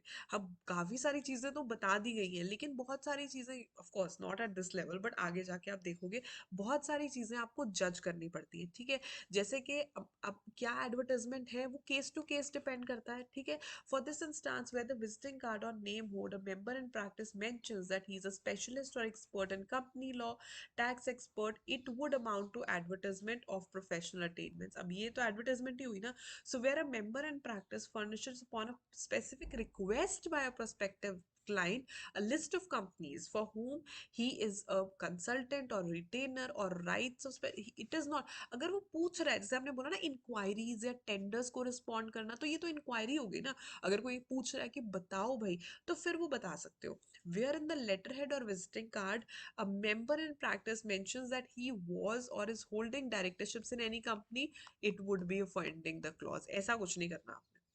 ठीक है, ऐसा आपने कुछ नहीं, या फिर ऐसे वर्ड्स यूज करना, reputed firm, well known firm, ये कुछ नहीं डालना आपने, कुछ भी नहीं. This is wrong, this is not allowed. अब यहाँ पे ये देखो, ये क्या कहता है, this clause also speaks about designation of company secretary and professional documents, visiting cards, letter head, sign boards. This requirement forfeits and in fact is an extension of the requirement to use proper designation. Designations like company law consultant, income tax consultant, corporate advisor, investment advisor, they are prohibited. ये सब नहीं आप लिख सकते. The use of descriptions indicating, हाँ, the use of descriptions indicating कि आप CA, अगर आपने CA की है तो आप CA के मेंबर हो या CMA के मेंबर हो या LLB हो, and you're not holding the certificate of practice. ठीक है, the use of this is permitted. ठीक है। तो ये जो ऊपर चीजें ये तो अलाउड नहीं है, लेकिन अगर आपने सीए कर रखी है तो आप सीए लिख सकते हो, सीएमए लिख सकते हो, एलएलबी लिख सकते हो, प्रोवाइडेड कि इन तीनों इंस्टीट्यूट्स का आपके पास सीपी नहीं होना चाहिए। टू दिस आई थिंक आपको पता होगा कि अगर आपने चाहे जितने मर्जी प्रोफेशंस कर लो, अगर आप प्रैक्टिस करना चाहते हो तो आप किसी एक ही प्रोफेशन में प्रैक्टिस करना कर सकते हो। आई बिलीव आपको थोड़ा सा इस चीज़ के बारे में आइडिया होगा, जैसे कि फॉर एग्जाम्पल आप देखते हो बहुत सारे सीएस एंड एलएलबी होते हैं। ठीक है, तो या तो वो एलएलबी के अंडर प्रैक्टिस कर सकते हैं, या तो वो लॉयर का लाइसेंस ले सकते हैं, सीपी ले सकते हैं, या तो वो सीएस का ले सकते हैं। ठीक है, दोनों का नहीं मिलता। लेकिन विजिटिंग कार्ड पे आप ये चीज लिख सकते हो, दैट इज परमिटेड प्रोवाइडेड आपके पास सीपी नहीं होना चाहिए उसका। ठीक है, तो सीपी नहीं होना चाहिए, तो that is completely allowed. Even अगर आप प्रैक्टाइजिंग कंपनी सेक्रेटरी लिखते हो, company secretary in whole time practice लिखते हो, that is not violative, that is allowed. Where a member in practice has had described himself in visiting cards and letters as, अब इसको ध्यान से सुनना, पढ़ना, सॉरी, पढ़ना भी सुनना भी। अगर वो ये लिखता है company secretary and advocate high court, the council held it is a misconduct. Company secretary and advocate high court, it is a misconduct. हमने क्या बोला, क्या अलाउड है? सीए भी लिखो भाई, सीएमए भी लिखो, एलएलबी भी लिखो, प्रोवाइडेड आपके पास लाइसेंस नहीं है। और अगर आप एडवोकेट लिख रहे हो इसका मतलब कि आपके पास लाइसेंस है, राइट। एडवोकेट ये नहीं भी है, फॉर एग्जाम्पल, चलो, राइट, नहीं, और अगर आप एडवोकेट लिख रहे हो दैट मीन्स आपके पास लाइसेंस है, क्योंकि आपको पता होगा कि जब आप पेपर क्लियर कर लेते हो तो आप लॉयर बनते हो, जब आप वो ले लेते हो ना लाइसेंस, वो नंबर अप्लाई कर देते हो, लाइसेंस बोलते हैं गेस उसको, तो आप एडवोकेट बन जाते हो। ठीक है, तो दिस इज मिसकंडक्ट, लेकिन ये मिसकंडक्ट नहीं है, तो इसका आपने ध्यान रखना है। देन क्लॉज नंबर 8, क्लॉज 8 कहता है when he accepts the position of company secretary in practice previously held by another company secretary in practice without first communicating with him in writing। तो क्या होता है, for example X Y Z company थी, limited थी, पिछली बार उन्होंने mister x को appoint किया हुआ था, इस बार वो मिस्टर वाई को अपॉइंट कर रहे हैं एज कंपनी सेक्रेटरी। तो मिस्टर वाई के अपॉइंटमेंट से पहले आप उसने एक बार इससे जो है रिटर्न में कम्युनिकेट कर देना है कि अब इन्होंने मेरे को रख लिया आपकी जगह पे। ठीक है, this is just, I would से, अ courteous act, right? It's an act of courtesy। इसमें कुछ ऐसा नहीं, it's just a prior communication. इसमें आप ये मत सोचना कि वो पर्सन आपको एनओसी लेना है आपको उससे, ठीक है, नो ऑब्जेक्शन सर्टिफिकेट लेना है, नहीं, सिर्फ उसको बता दो। इट इज ऑल अबाउट ना कि हम आपस में as a profession we all are like a family. ठीक है, तो किसी कंपनी ने किसी को रख लिया, किसी उसकी वजह से हमारे, आपने देखा होगा कि इवन जो लॉयर्स होते हैं आपस में तो वो नहीं लड़ते, ठीक है, उनके क्लाइंट्स लड़ रहे होते हैं ना। तो it is like that in the same way CS का भी बिल्कुल सेम यही चीज है कि आपने जब किसी और का पोजीशन लेना है तो आपने उसको एक एक एक्ट ऑफ कर्टसी के हिसाब से उसे एक बार बता देना, एक रिटन कम्युनिकेशन बाय ईमेल कर दो, वो जवाब दे ना दे कोई दिक्कत नहीं है, तो इस चीज से आपको पता चलना चाहिए। ठीक है, लेकिन लेकिन कहाँ कहाँ पे ये चीजें अलाउड है, या प्रायर कम्युनिकेशन कहाँ कहाँ पे मैंडेटरी नहीं है या रिक्वायर्ड नहीं है, नॉट मैंडेटरी। अगर आप ई फॉर्म सर्टिफाई कर रहे हो तो ज़रूरत नहीं है, ड्यू डिलिजेंस सर्टिफिकेट दे रहे हो ज़रूरत नहीं है, होल्डिंग असाइनमेंट एज रिटेनर ज़रूरत नहीं है, सर्च रिपोर्ट इशू करना, सर्टिफिकेट्स लेना, गिविंग लीगल ओपिनियन, इस सब में प्रायर कम्युनिक करना चाहते हो तो आप कर सकते हो, ठीक है, वो आपके ऊपर है, लेकिन मैंडेटरी नहीं है, नहीं भी करोगे तो चल जाएगा, मैंडेटरी नहीं है। लेकिन कहाँ पे मैंडेटरी है, दिस इज वेरी इंपॉर्टेंट, इसमें प्रायर कम्युनिकेशन देनी ही देनी है। For signing and certification of annual returns, issuing of secretarial audit report, issuance of certificate of securities transfer, certificate of reconciliation of capital updation, certificate of internal audit of operations of the DPs and certificate of corporate governance with SEBI LODR regulations. तो ये mandatory नहीं है, यहाँ पे देने की prior communication जरूरत नहीं, ये मैंडेटरी है। ठीक है, तो दोनों ही आप अच्छे से लर्न कर लो। देन क्लॉज 9, क्लॉज 9 कहता है कि charges or offers to charge, right, charges or offers to charge, accepts or offers to accept in respect of any professional employment, fees which are based on percentage of profits which are contingent upon the findings or results of such employment except in cases permitted। पहली बात, आप कोई भी professional होगे, आप lawyers को देखते हो, ठीक है, अगर आपने किसी लॉयर को देखा होगा या उनका काम देखा होगा, आपको एक चीज पता होगी कि बेल के जो केसेस होते हैं ना, वो एडवांस में पेमेंट ले लेते हैं बेल की। उसका क्या रीजन होता है, कल को अगर बेल ना हुई, ठीक है, दोनों पार्टीज की तरफ से ही है, तो वो पर्सन तो नहीं देगा पैसे, ठीक है भाई, तुमने तो मेरा काम करवाया नहीं, तो एडवांस में पेमेंट होती है। तो कभी भी ये नहीं बोलना कि केस जीतेंगे तो मैं इतना उसका कमीशन लूंगा, that is not allowed. If he charges or offers to charge, offers, accepts or offers to accept any professional employment fees. किस तरीके से professional employment? As percentage of profits, जो कि कंटिजेंट है अपॉन फाइंडिंग्स और result of such employment. ठीक है, मतलब कि वो गारंटी देता है कि ऐसा मैं करूंगा तो आपका प्रॉफिट इतना हो जाएगा, तो इसमें से मेरे को इतना कमीशन देना है। ऐसे कौन फीस लेता है? बिल्कुल नहीं, आपकी फीस फिक्स्ड होनी चाहिए, चाहे फिर प्रॉफिट हो चाहे लॉस हो। प्रोफेशनल्स ऐसे काम नहीं करते, it is very wrong percentage के हिसाब से करना, दैट इज रॉन्ग। ठीक है, वो आपने नहीं करना, वो प्रोफेशनल मिसकंडक्ट है। क्लॉज 10 कहता है ही एंगेजेस इन एनी बिजनेस और occupation other than company secretary unless permitted.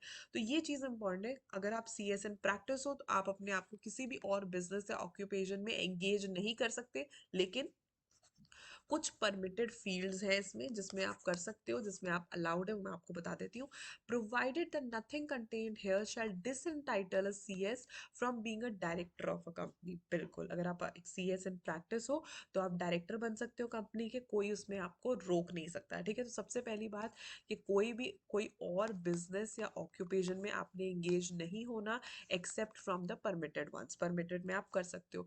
और दूसरी बात कि लेकिन CS एंड प्रैक्टिस जो है वो डायरेक्टर बन सकता है, डायरेक्टर बनने से आपको कोई नहीं रोक सकता। यहाँ पे सबसे इंपॉर्टेंट चीज जो आती है वो है ये दिस स्लाइड, कि कौन से परमिटेड एरियाज है जो जो एक PCS कर सकता है, एक्सप्रेसली परमिटेड है और इस पे कोई दिक्कत नहीं। एक PCS ये सारे काम कर सकता है क्या?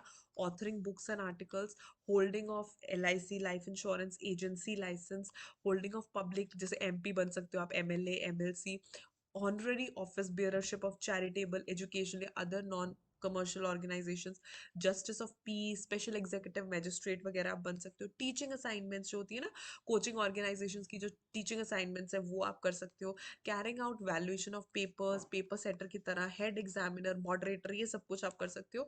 Acting as editor of professional journal. So ये आपने सारे लर्न कर लेने हैं, क्योंकि एज अ PCS ये सारी चीज़ें अलाउड है करनी, एक्सप्रेस। इसके अलावा आप कोई और बिजनेस ऑक्यूपेशन नहीं कर सकते हो। अब permission to be granted specifically, अब ये कहते हैं members of the institute may engage in following categories after.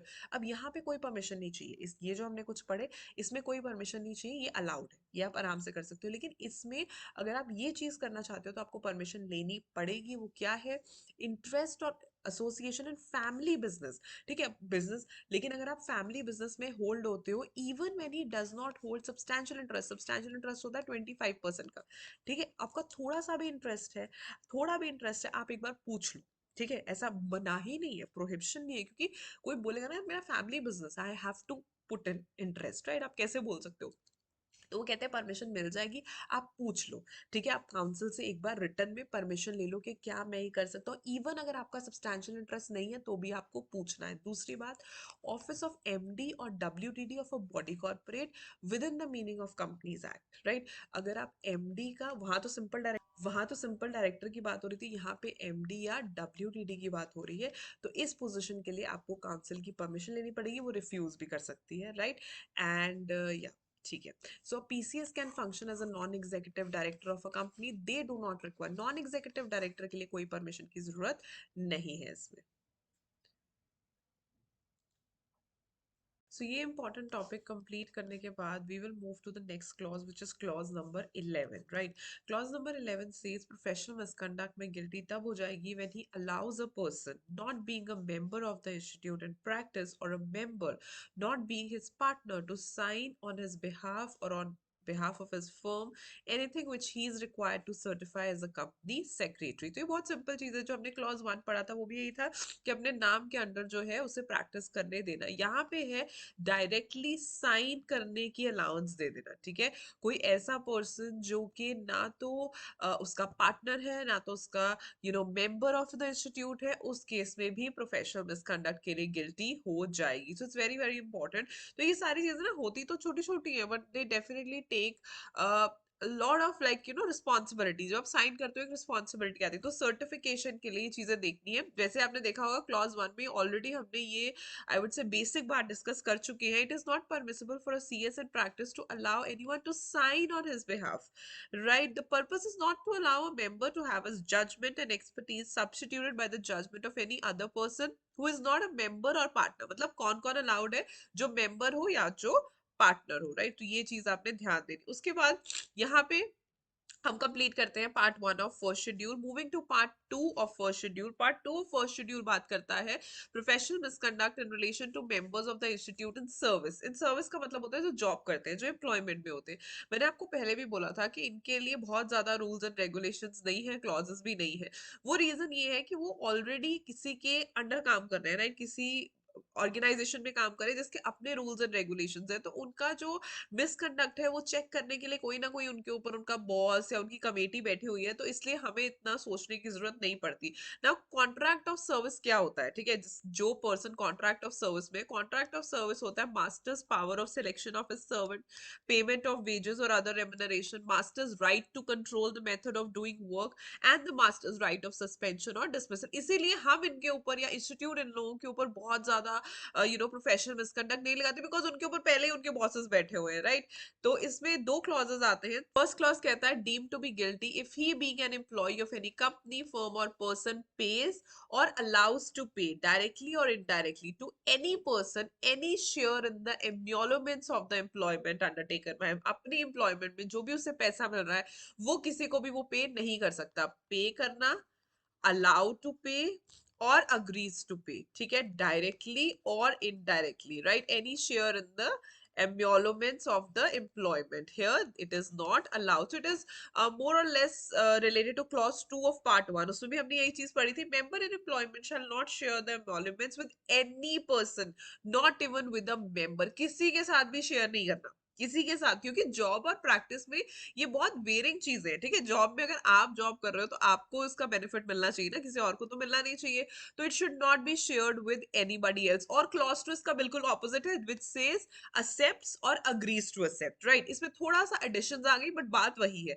accepts or agrees to accept any part of fees, profits or gains from a lawyer, a CS or a broker engaged by such company, firm or person or agent or customer of such company, firm or person by way of commission or gratification। ऐसा कुछ नहीं करना कि जब आप job कर रहे हो तो जिस लॉयर को, सीएस को, ब्रोकर ने या कस्टमर से या एजेंट से एंगेज किया हुआ है, आप उससे कोई फीस चार्ज कर रहे हो, कोई प्रॉफिट ले रहे हो, कोई गेन ले रहे हो, ऐसा आपने कुछ नहीं करना, right? Because they say it vindicates the confidence and trust that an employer reposes in the employee, right? अगर आप ही बीच में से हिस्सा खाते रहोगे then it is not right, right? तो ये दो आई वुड से क्लॉजेस है जिसके बारे में आपको पता होना चाहिए। द फर्स्ट क्लॉजेस के पे or allows or agrees to pay to any person directly indirectly. Second, accepts or agrees to accept any fees, share, profits, commission, gains from lawyer, company secretary, broker, agent, customer that you have to write, right? फिर हम आते हैं part सी पे। बस यही है, इनके लिए ज्यादा तो कुछ है नहीं। पार्ट सी कहता है in relation to institute generally. अब ये जनरली आपको बताएंगे। पार्ट 3 क्या बोलता है? इसका क्लॉज फर्स्ट है not being a fellow of the institute acts as a fellow. शुरू में मैंने आपको बताया था एसीएस हम first 5 years of our employment or first 5 years of practice होता है। एफसीएस का ऑप्शन 5 साल खत्म होते ही हमें मिल जाता है। फर्क इसमें क्या होता है? जब आप कंपनी सेक्रेटरी बनोगे, ठीक है, आप बोलोगे कि ये क्या कह रहा है कि आप फेलो नहीं हो लेकिन आप बिहेव करो जैसे आप फेलो हो। गलत क्या है इसमें? गलत मैं आपको बताती हूँ क्या है। जब आप कंपनी सेक्रेटरी जैसे ही बन जाओ, जैसे मैं जब बनी थी तो मेरा जब वो लेटर आया था ना, या नंबर मेरे पास आया था, तो वो एसीएस करके ही आता है, राइट? सो आप ये समझ लो कि जैसे ही आप प्रोफेशनल क्लियर करोगे आप एसीएस ही बनते हो, ठीक है? हम सब एसोसिएट्स ही बनते हैं। Then after 5 years of job, after 5 years of practice या जो भी क्राइटेरिया वो फुलफिल करके हम पहले एलिजिबल होते हैं फेलो के लिए, फिर हम अप्लाई करते हैं उसके लिए, फिर प्रॉपर अलग कॉन्वोकेशन भी होती है फेलो के लिए, राइट? अगर आपने देखी हो तो लास्ट टाइम अभी जो कॉन्वोकेशन हुई थी उसमें एसीएस वाले भी थे और एफसीएस वाले भी थे, राइट? तो एफसीएस के लिए आप वहां जाते हो। पर but how does it become a professional misconduct? वो इसलिए क्योंकि अगर हमें पता चला ना ये फेलो है, that means he is a senior to us, right? तो रिस्पेक्ट हो जाती है। और अगर आप फेलो नहीं हो और आप बिहेव कर रहे हो एज अ फेलो, तो that is wrong, that is a professional misconduct. So wrongful representation of seniority वो गलत है। सेकेंडली क्लॉज 2 ये कहता है if he does not supply the information called for or does not comply with the requirements asked by the institute, council or any of its committees, director discipline, board of discipline, disciplinary committee, quality review board और appellate authority. ये सारी अभी learn कर लो, आगे चल के भी ऐसे ही आने वाले. So कोई भी information अगर आपसे मांगी जाती है और आप provide नहीं करते हो, that amounts to professional misconduct, right? And lastly, it is this is clause 3. Clause 3 says while inviting professional work from another company sector, while responding to tenders or inquiries, or while advertising a write up or anything, जो हमने item number 6 and 7 items नहीं clause लिखना चाहिए. Clause 6 and 7 of part A में हम पढ़ के आए हैं. ठीक है कि अगर आप प्रोफेशनल वर्क करना चाहते हो, आप एडवर्टाइजमेंट के थ्रू कर सकते हो, राइटअप के थ्रू कर सकते हो, अगर कोई टेंडर या इंक्वायरीज है वहां पे आप जवाब दे सकते हो, राइट? या कोई प्रोफेशनल वर्क अपने सीएस एंड प्रैक्टिस फ्रेंड से सिक्योर करना चाहते हो, तो उस केस में उन्होंने बोला आप कोई भी ऐसी इंफॉर्मेशन दो जो कि फॉल्स है. Like of course these are allowed advertisements under clause 6 and 7 of part 1 of first schedule, बिल्कुल अलाउड है. लेकिन अगर आप कोई ऐसी इंफॉर्मेशन प्रोवाइड करो जो कि फॉल्स है, जो कि झूठी है, that amounts to professional misconduct. और इसी के साथ फर्स्ट शेड्यूल का लास्ट पार्ट आता है अदर मिसकंडक्ट. ये बिल्कुल ही रैंडम चीजें हैं. जैसे क्लॉज 1 कहता है a member of the institute whether in practice or not shall be guilty if he is held guilty for civil or criminal code, civil भी हो या क्रिमिनल हो, which is punishable with imprisonment not exceeding 6 months, civil or criminal code, और जो punishment आई है not exceeding 6 month, 6 months maximum की. Clause 2 कहता है he shall be guilty if in the opinion of the council he becomes disrepute to the profession or institute whether or not related to his professional work. अब clause 2 में उन्होंने बिल्कुल ही सारे आई would से कि सारे मतलब कि दरवाजे खोल दिए. कुछ भी करोगे, कुछ भी ऐसा करोगे तो we can actually question you. ठीक है, प्रोफेशन, बिकॉज कोई भी प्रोफेशन को हम रिप्रेजेंट करते हैं. आप आपने हमेशा देखा होगा कि अगर कोई किसी प्रोफेशन को कुछ बोल भी देता है तो आप देखो कि कैसे एकदम से बैशिंग आती है. Because we all represent a profession, हम उनके रिप्रेजेंटेटिव्स. और अगर हम कोई चीज गलत करते हैं so we bring that distribute to the I would say to the institute, right? तो उस तरीके से अगर ऐसा कुछ भी आप करते हो तो आपको प्रोफेशनली गिल्टी हेल्ड किया जा सकता है. ठीक है. अब क्लॉज 2 जो हमने फर्स्ट शेड्यूल में पढ़ा था, पार्ट 4, अब सॉरी, सो क्लॉज 2 ये कहता है कि मिसकंडक्ट अगर ओपिनियन ऑफ द काउंसिल, अगर उन्हें ऐसा लगता है कि आपने किया है तो डेफिनेट. अब कुछ एग्जांपल्स उन्होंने दे दिया. अब आप ये सोचो कि ये वो नहीं है, ये पूरी लिस्ट नहीं है, सिर्फ कुछ एग्जांपल्स दे दिए. जैसे sending an email to number of members criticising the decisions of council in derogatory and filthy language, ऐसा कुछ करना. Discussing through e forums failure under derogatory and filthy language. देखो आप हर चीज को रख सकते हो, आप अपनी बात को रख सकते हो, आपको कोई नहीं रोकेगा, लेकिन the way you present it is very very important, right? Writing letters in an aggressive loud and filthy language to MCA about working of ROC officers MCA side, arranging dharna agitations at the gates of government offices, institute offices in a manner not befitting a profession.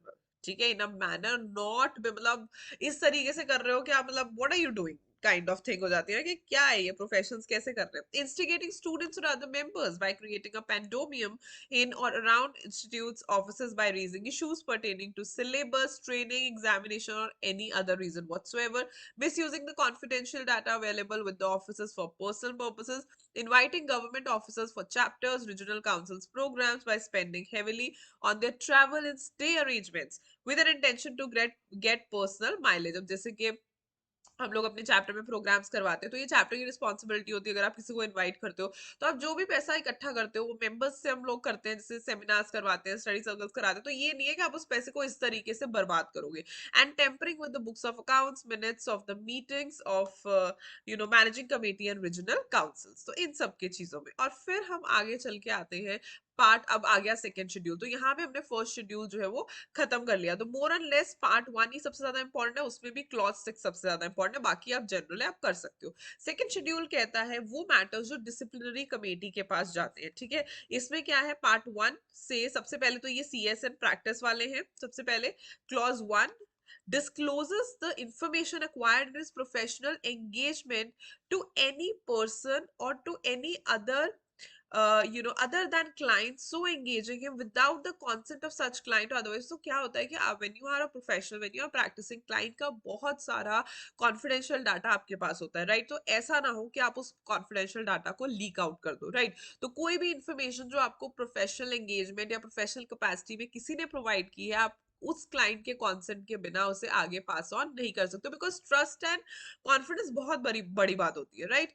तो ये सारी चीजें important है। Secondly, certifies or submits in his name or in the name of his firm a report or examination of the matter relating to company's actual practice related statement unless the examination has been made by him or a partner or any employee or any other CS in practice। अब आप कोई भी चीज को certify करते हो, कोई भी फॉर्म, कोई भी रिपोर्ट को सर्टिफाई करते हो, ये माना जाना चाहिए कि वो काम आप ही ने किया है, ठीक है, या आपने आपकी सुपरविजन में किसी और ने किया है, राइट? अगर आप मेंस का मतलब ये है कि आप ऐसी कोई सर्टिफिकेशन कर रहे हो, ऐसी कोई रिपोर्ट साइन कर रहे हो जो एक्चुअली में आपने, आई वुड से कि आपने चेक नहीं किया, आपने एग्जामिनेशन की, या तो आपने खुद ने नहीं की, या तो आपके किसी पार्टनर से आप करवा सकते हो, एम्प्लॉय से करवा सकते हो, या कोई और सीएसएन प्रैक्टिस से करवा सकते हो, लेकिन आपको एक बार एग्जामिनेशन करवाना पड़ेगा। बिना एग्जामिनेशन के आप कोई भी रिपोर्ट, कोई भी फॉर्म सर्टिफाई नहीं कर सकते हो। That is actually a very wrong secretarial practice. ये उस तरीके से चलता है कि आप एक प्रोफेशनल हो तो प्रोफेशनल की तरह से आपको देखना पड़ेगा। तो कौन कौन,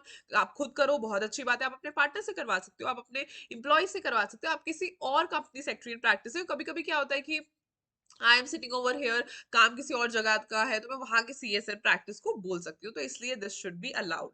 क्लॉज 3 कहता है permits his name or name of his firm to be used in connection with any report or statement contingent upon future transactions in a manner which may lead to believe that he vouches for the accuracy of the forecast। तो आप company secretary हो, वही रहो, आपको astrologer नहीं बनना, ठीक है? मतलब कि कोई ऐसी आपने अपने नाम के अंदर या अपने फर्म के नाम के अंदर रिपोर्ट या स्टेटमेंट निकाल रहे हो जो ऐसा दिखा रहा है कि फ्यूचर में जाके इतना फायदा होगा, फ्यूचर में जाके इतना, वाउच करना, जैसे मैं बोलूं कि भाई मैं पढ़ा दूंगी तो तुम पास हो जाओगे, राइट? समथिंग लाइक दैट, ठीक है? तो इस तरीके से मतलब फॉर्च्यून टेलर ये आ गया ना।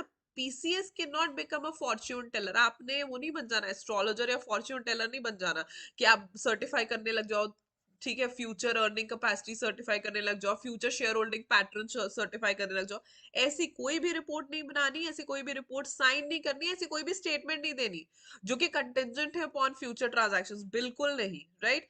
Clause 4 says expresses his opinion on any report or statement given to any business enterprise in which he, his partner, his firm or partner in his firm has substantial interest। तो इसमें क्या हुआ था कि पहले क्या होता था कि दे से पहले ना यहाँ पे क्या था कि आपने that would create a conflict, तो पहले अलाउड होता था, ठीक है, ये रहा। Expressing opinion with appropriate disclosures was permitted earlier. मतलब पहले क्या होता है कि आप दे दो ओपिनियन, भले ही आपका इंटरेस्ट है, वो कहते हैं कहाँ पे आपने ओपिनियन प्रोवाइड नहीं करना किसी रिपोर्ट पे, स्टेटमेंट में, जहां पे आपका, आपकी फर्म का या किसी पार्टनर का सब्सटैंशियल इंटरेस्ट है। सब्सटैंशियल इंटरेस्ट होता है 25% का इंटरेस्ट है, राइट? जहां पे आपका इंटरेस्ट है आप उसमें गलत कैसे बोलोगे?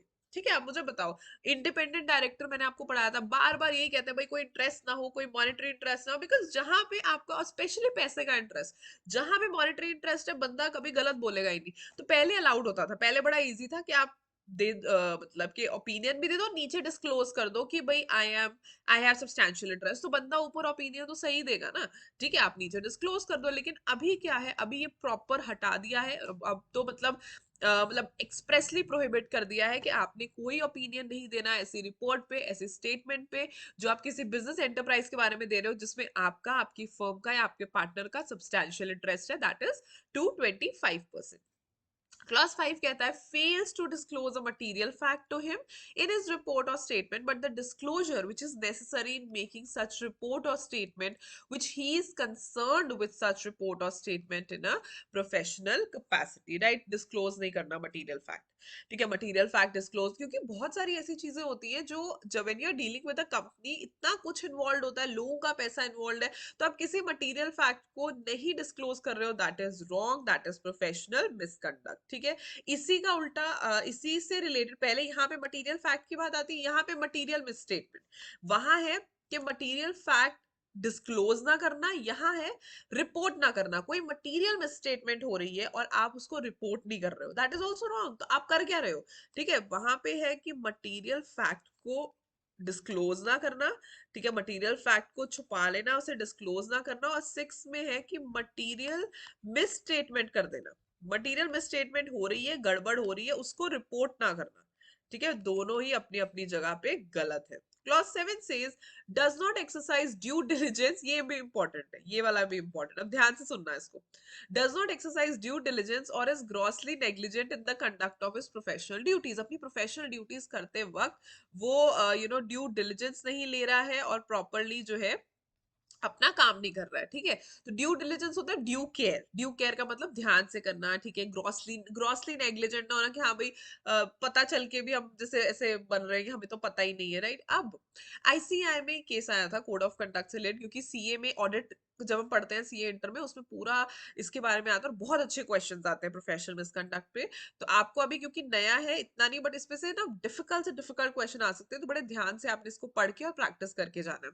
तो ना इसका जो केस है, जजमेंट आई थी कर्नाटका हाई कोर्ट ने बोला, अब देखो ऑडिटर को बोलते रीजनेबल केयर करो, ये करो वो करो, but the major important part is that कि ऑडिटर डिटेक्टिव नहीं होता, राइट। ऑडिटर जो है अब ड्यू केयर कैसे लेना है, जो सामान हमें प्रोवाइड हो गया, हमने उसमें से देखा, हमें जो मिला मिला।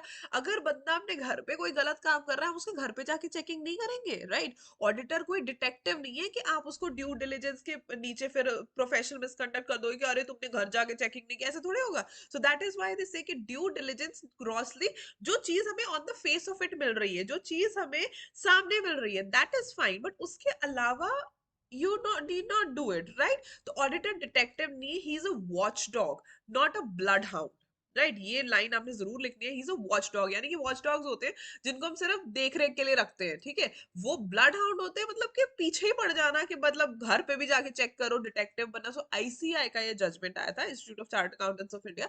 लेकिन यहाँ पे भी वो सिमिलर व्यू लिया जाता है कि आपने हमेशा याद रखना है कि जहां पे बात आती है does not exercise due diligence, grossly negligent, तो सिर्फ उतना ही जितना on the face of it हमें पता चल रहा है।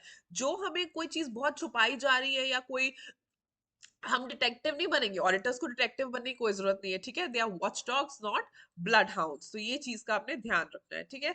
उसके बाद आता है एट, क्लॉज 8 कहता है fails to obtain sufficient information which is necessary for expression of opinion or its exception are sufficiently material to negate the expression of opinion।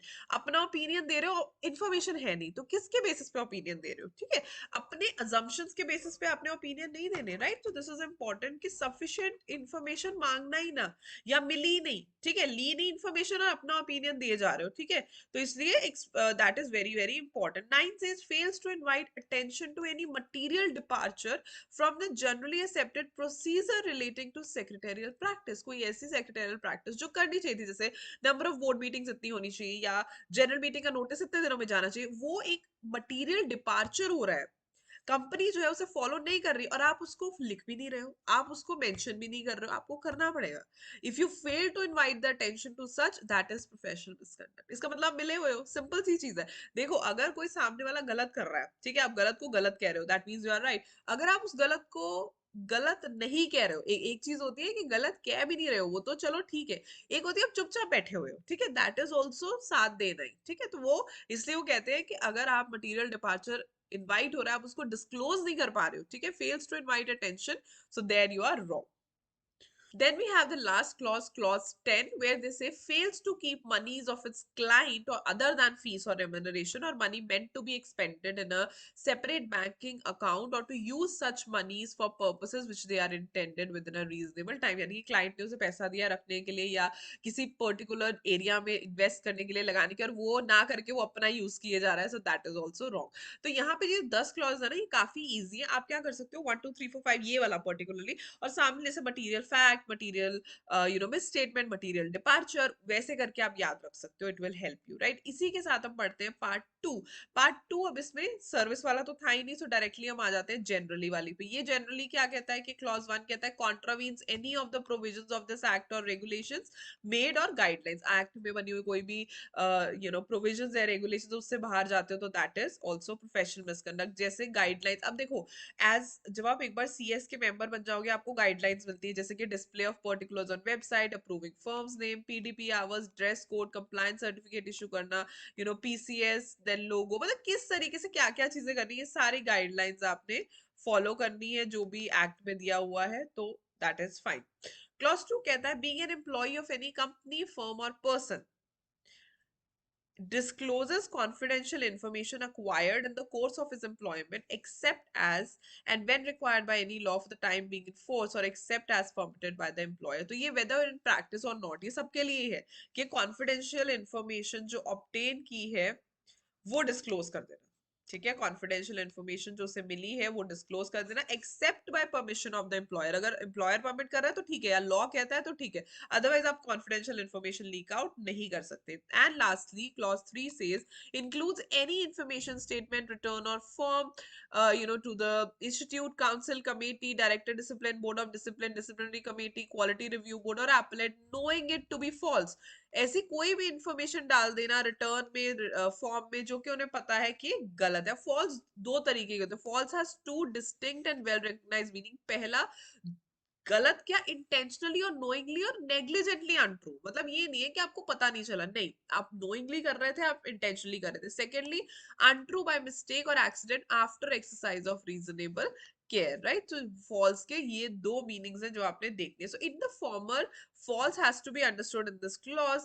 This is abundantly made clear by qualifying knowing them to be false. ठीक है, सो अगर मतलब के basically पता होना चाहिए, लिखा हुआ है ना यहाँ पे knowing them to be false, मतलब सिर्फ false नहीं, उन्हें पता है कि गलत चीज हम बता रहे हैं. knowing them to be false, ये झूठ तो ये भी हो सकता है कि गलती से बोला गया, मुझे पता ही नहीं था, गुड फेथ में जैसे हम कहते हैं.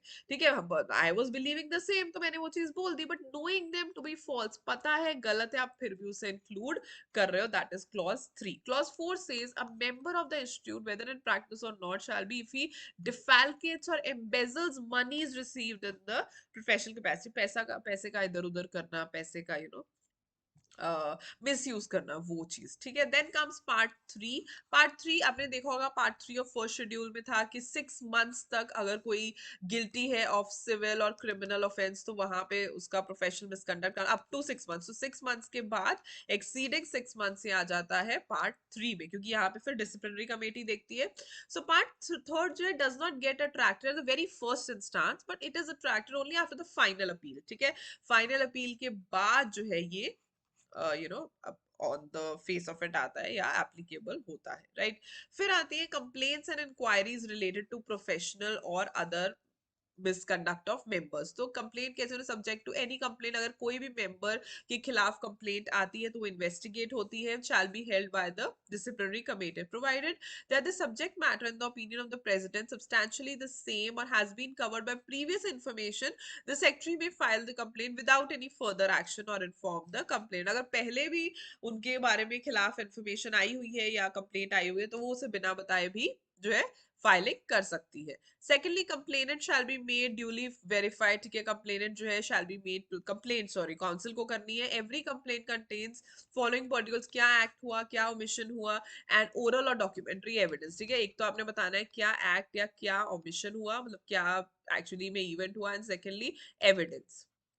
Every complaint other than a complaint made on behalf of central or state government shall be accompanied by deposit of rupees 50, which shall be forfeited by the council and considering the complaint comes to the conclusion moreover that the complaint is either frivolous or has been done with a malified intention. तो 50 रुपए लेंगे, कोई ज्यादा नहीं है, but still central government और state government से नहीं लेंगे. Secretary shall return a complaint which is not proper. अगर कोई proper form में नहीं उसे वापस कर दो और बता दो कि आप प्लीज ठीक करके दे दो, या अगर 50 रुपीज नहीं है तो वो बोलेंगे 50 रुपीज दे के फिर आप इसे जमा जो है करवाओ. ऑर्डिनरली विद इन 60 डेज, जैसे ही रिसीव होती है 60 डेज के अंदर अंदर secretary shall if it is against an individual member the acts of omissions or copy.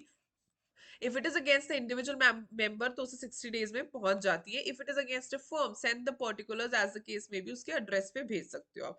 Member has been intimated, उसे जैसे ही बता दिया जाता है, within 14 days of issue of intimation may allow forward a secretary return statement, वो वापस कर देगा. On perusal of the complaint and return statement they may call upon for additional documents, particulars वगैरह बताएंगे. Where on perusal of complaint the written statement if any of the respondent and other relevant documents, if of the prima facie opinion कि वो guilty है तो further जो inquiry है that is to be made by the disciplinary committee. अगर उन्हें लगता है कि गिल्टी नहीं है देन केस जो है वो डिसमिस हो जाएगा. Every notice issued by secretary or by disciplinary committee shall be send to the member, ठीक है, नोटिस भेजना है। अगर नोटिस अनसर्व्ड आ जाता है, वापस आ जाता है, then it shall be deemed to have been served. अगर आपने जेआईजीएल में पढ़ा होगा, सीआरपीसी में बोलते हैं ना कि अगर समन कोई वापस कर दे कि लेना ही नहीं है, तो हम ये मान लेते हैं कि it's duly served. If the notice is returned with an endorsement indicating addressee can not be found, for example, क्योंकि आजकल ऐसा कर दिया ना कि कोरियर वाले या स्पीड पोस्ट वाले बता देते हैं कि वापस क्यों जा रहा है। So if it can not be found, तो वो कंप्लेनेंट को दोबारा पूछ सकते हैं कि अगर आपको कोई नया एड्रेस पता है तो आप वो बता दो। The provision relating to a notice shall apply mutatis mutandis to a letter, right. तो इस तरीके से आपको चीजों को याद रखना है कि 60 कंप्लेंट आती है, कंप्लेंट के बारे में पता करना है, वेरीफाई करना है। 50 रुपीज होने चाहिए कंप्लेंट के साथ। जब 60 डेज में जो है सेक्रेटरी भेज देगा, इंडिविजुअल है तो इंडिविजुअल को भेज देगा, फर्म को है तो फर्म को भेज देगा। जैसे ही इंटीमेशन मिलती है उस पर्सन को, वो अगले 14 डेज के अंदर रिटर्न स्टेटमेंट देता है। दोनों चीजें आने के बाद फिर देखा जाएगा कि कैसे कैसे एक्ट को कंसिडर किया जाता है, राइट। फिर आता है प्रोसीजर बिफोर डिसिप्लिनरी कमेटी। अगर डिसिप्लिनरी कमेटी में आओगे तो उस केस में it shall be the duty of the secretary to place before disciplinary committee all the facts. जो भी उसे पता है उन्हें बता दो, सेक्रेटरी बता देगा, सेक्रेटरी की रिस्पॉन्सिबिलिटी है। Then the disciplinary committee shall have the power to regulate its procedure in the manner as it considers necessary, may witness on oath evidences, क्योंकि power of civil court आ जाता है। Disciplinary committee shall give the complainant and respondent a notice of the meeting at which the case shall be considered by the committee, and such complainant and respondent shall be allowed to defend themselves before the disciplinary committee। जिससे वो होता है ना principle of being heard, तो वो रहता ही है, ठीक है। तो कंप्लेनेंट को, रिस्पोंडेंट को जो है नोटिस दे देना है। And whether where in the course of disciplinary inquiry a change in the composition is required unless any of the parties makes a demand within 15 days of the receipt of the notice that the inquiry be made de novo report of the disciplinary shall be called in question on the ground that any member did not possess some। अगर बीच में composition change हो जाए, ठीक है, पहले XYZ थे अब बदल गए, ठीक है, इलेक्शन हुई बदल गए, तो फिर उस टाइम पे पार्टी ये क्लेम कर सकती है कि इन्हें तो प्रॉपर नॉलेज ही नहीं थी, दोबारा इन्वेस्टिगेशन करो, ठीक है। डिसिप्लिनरी कमेटी शैल आफ्टर इन्वेस्टिगेशन जो भी होगा वो काउंसिल को बता देगी फॉर इट्स कंसिडरेशन। तो ये चीज आपने ध्यान देनी है। अब ये डिसिप्लिनरी की बात आ गई, सेक्रेटरी बता देगा, प्रोसीजर फॉलो करेंगे, दोनों को बुलाया जाएगा, दोनों को सुना जाएगा। अगर बीच में कॉम्पोजिशन चेंज हो जाती है तो 15 डेज के अंदर अंदर वो कह सकते हैं कि दोबारा इसे इंक्वायर किया जाए। एंड इन्वेस्टिगेशन के बाद वो काउंसिल को बता देंगे। फिर काउंसिल क्या करेगा, काउंसिल कंसिडर करेगा डिसिप्लिनरी कमेटी की रिपोर्ट और फर्दर इंक्वायरी देख सकता है, उसे लगता है और इंक्वायरी की जरूरत है। After considering such report where the council finds that the respondent is not guilty, it shall record the findings की नहीं guilty. After recording if he finds that he is guilty, it shall record its findings and shall proceed in the manner जैसे भी required है। Where the finding is that the member of the institute has been guilty of professional misconduct or other misconduct, the council shall afford to the member an opportunity of being heard before, of course उसे एक मौका तो देना ही पड़ेगा। और फिर order जो है वो काउंसिल पास करके कंप्लेनेंट एंड रिस्पोंडेंट दोनों को भेज देगी। And with this we end this topic. वैसे मेजरली क्लॉजेस है, लेकिन बाकी टॉपिक्स भी अगर आप कर लोगे तो मोर और लेस ठीक है। मेजरली आपने अच्छे से जो करने हैं वो है पार्ट 1 ऑफ फर्स्ट शेड्यूल के सारे क्लॉज, वैसे करो तो सारे, पर उसके बाद इजी हो जाते हैं। मेजर वही है, डिफिकल्ट भी वही है, बाकी सारे इजी है, राइट। आई होप कि आपको ये वीडियो हेल्पफुल लगी हो। पार्ट सी जो है बहुत इंपॉर्टेंट है, 10 मार्क्स का है। ये वीडियो देखने के बाद आपको काफी चीजें क्लियर हो जाएंगी। पार्ट बी और पार्ट सी हमने कवर कर दिया है। पार्ट ए में भी मुझे रिक्वेस्ट आई थी, मैंने आज ही वो देखा, एक कमेंट देखा, तो इट वाज लाइक दैट। तो आप ऐसा करो कि आप like of course it's little impossible, तो मैं ऐसा करती हूँ कि I will come up with the important topics chapter wise of part A also in the upcoming days, right, ताकि आपकी मैक्सिमम टू मैक्सिमम हेल्प हो जाए। आई होप कि आपको वीडियो अच्छी लगी हो, अपने फ्रेंड्स के साथ शेयर कर देना, चैनल को सब्सक्राइब कर देना। It really motivates me to be very very honest. I will see you tomorrow with another video. Bye bye, all the best.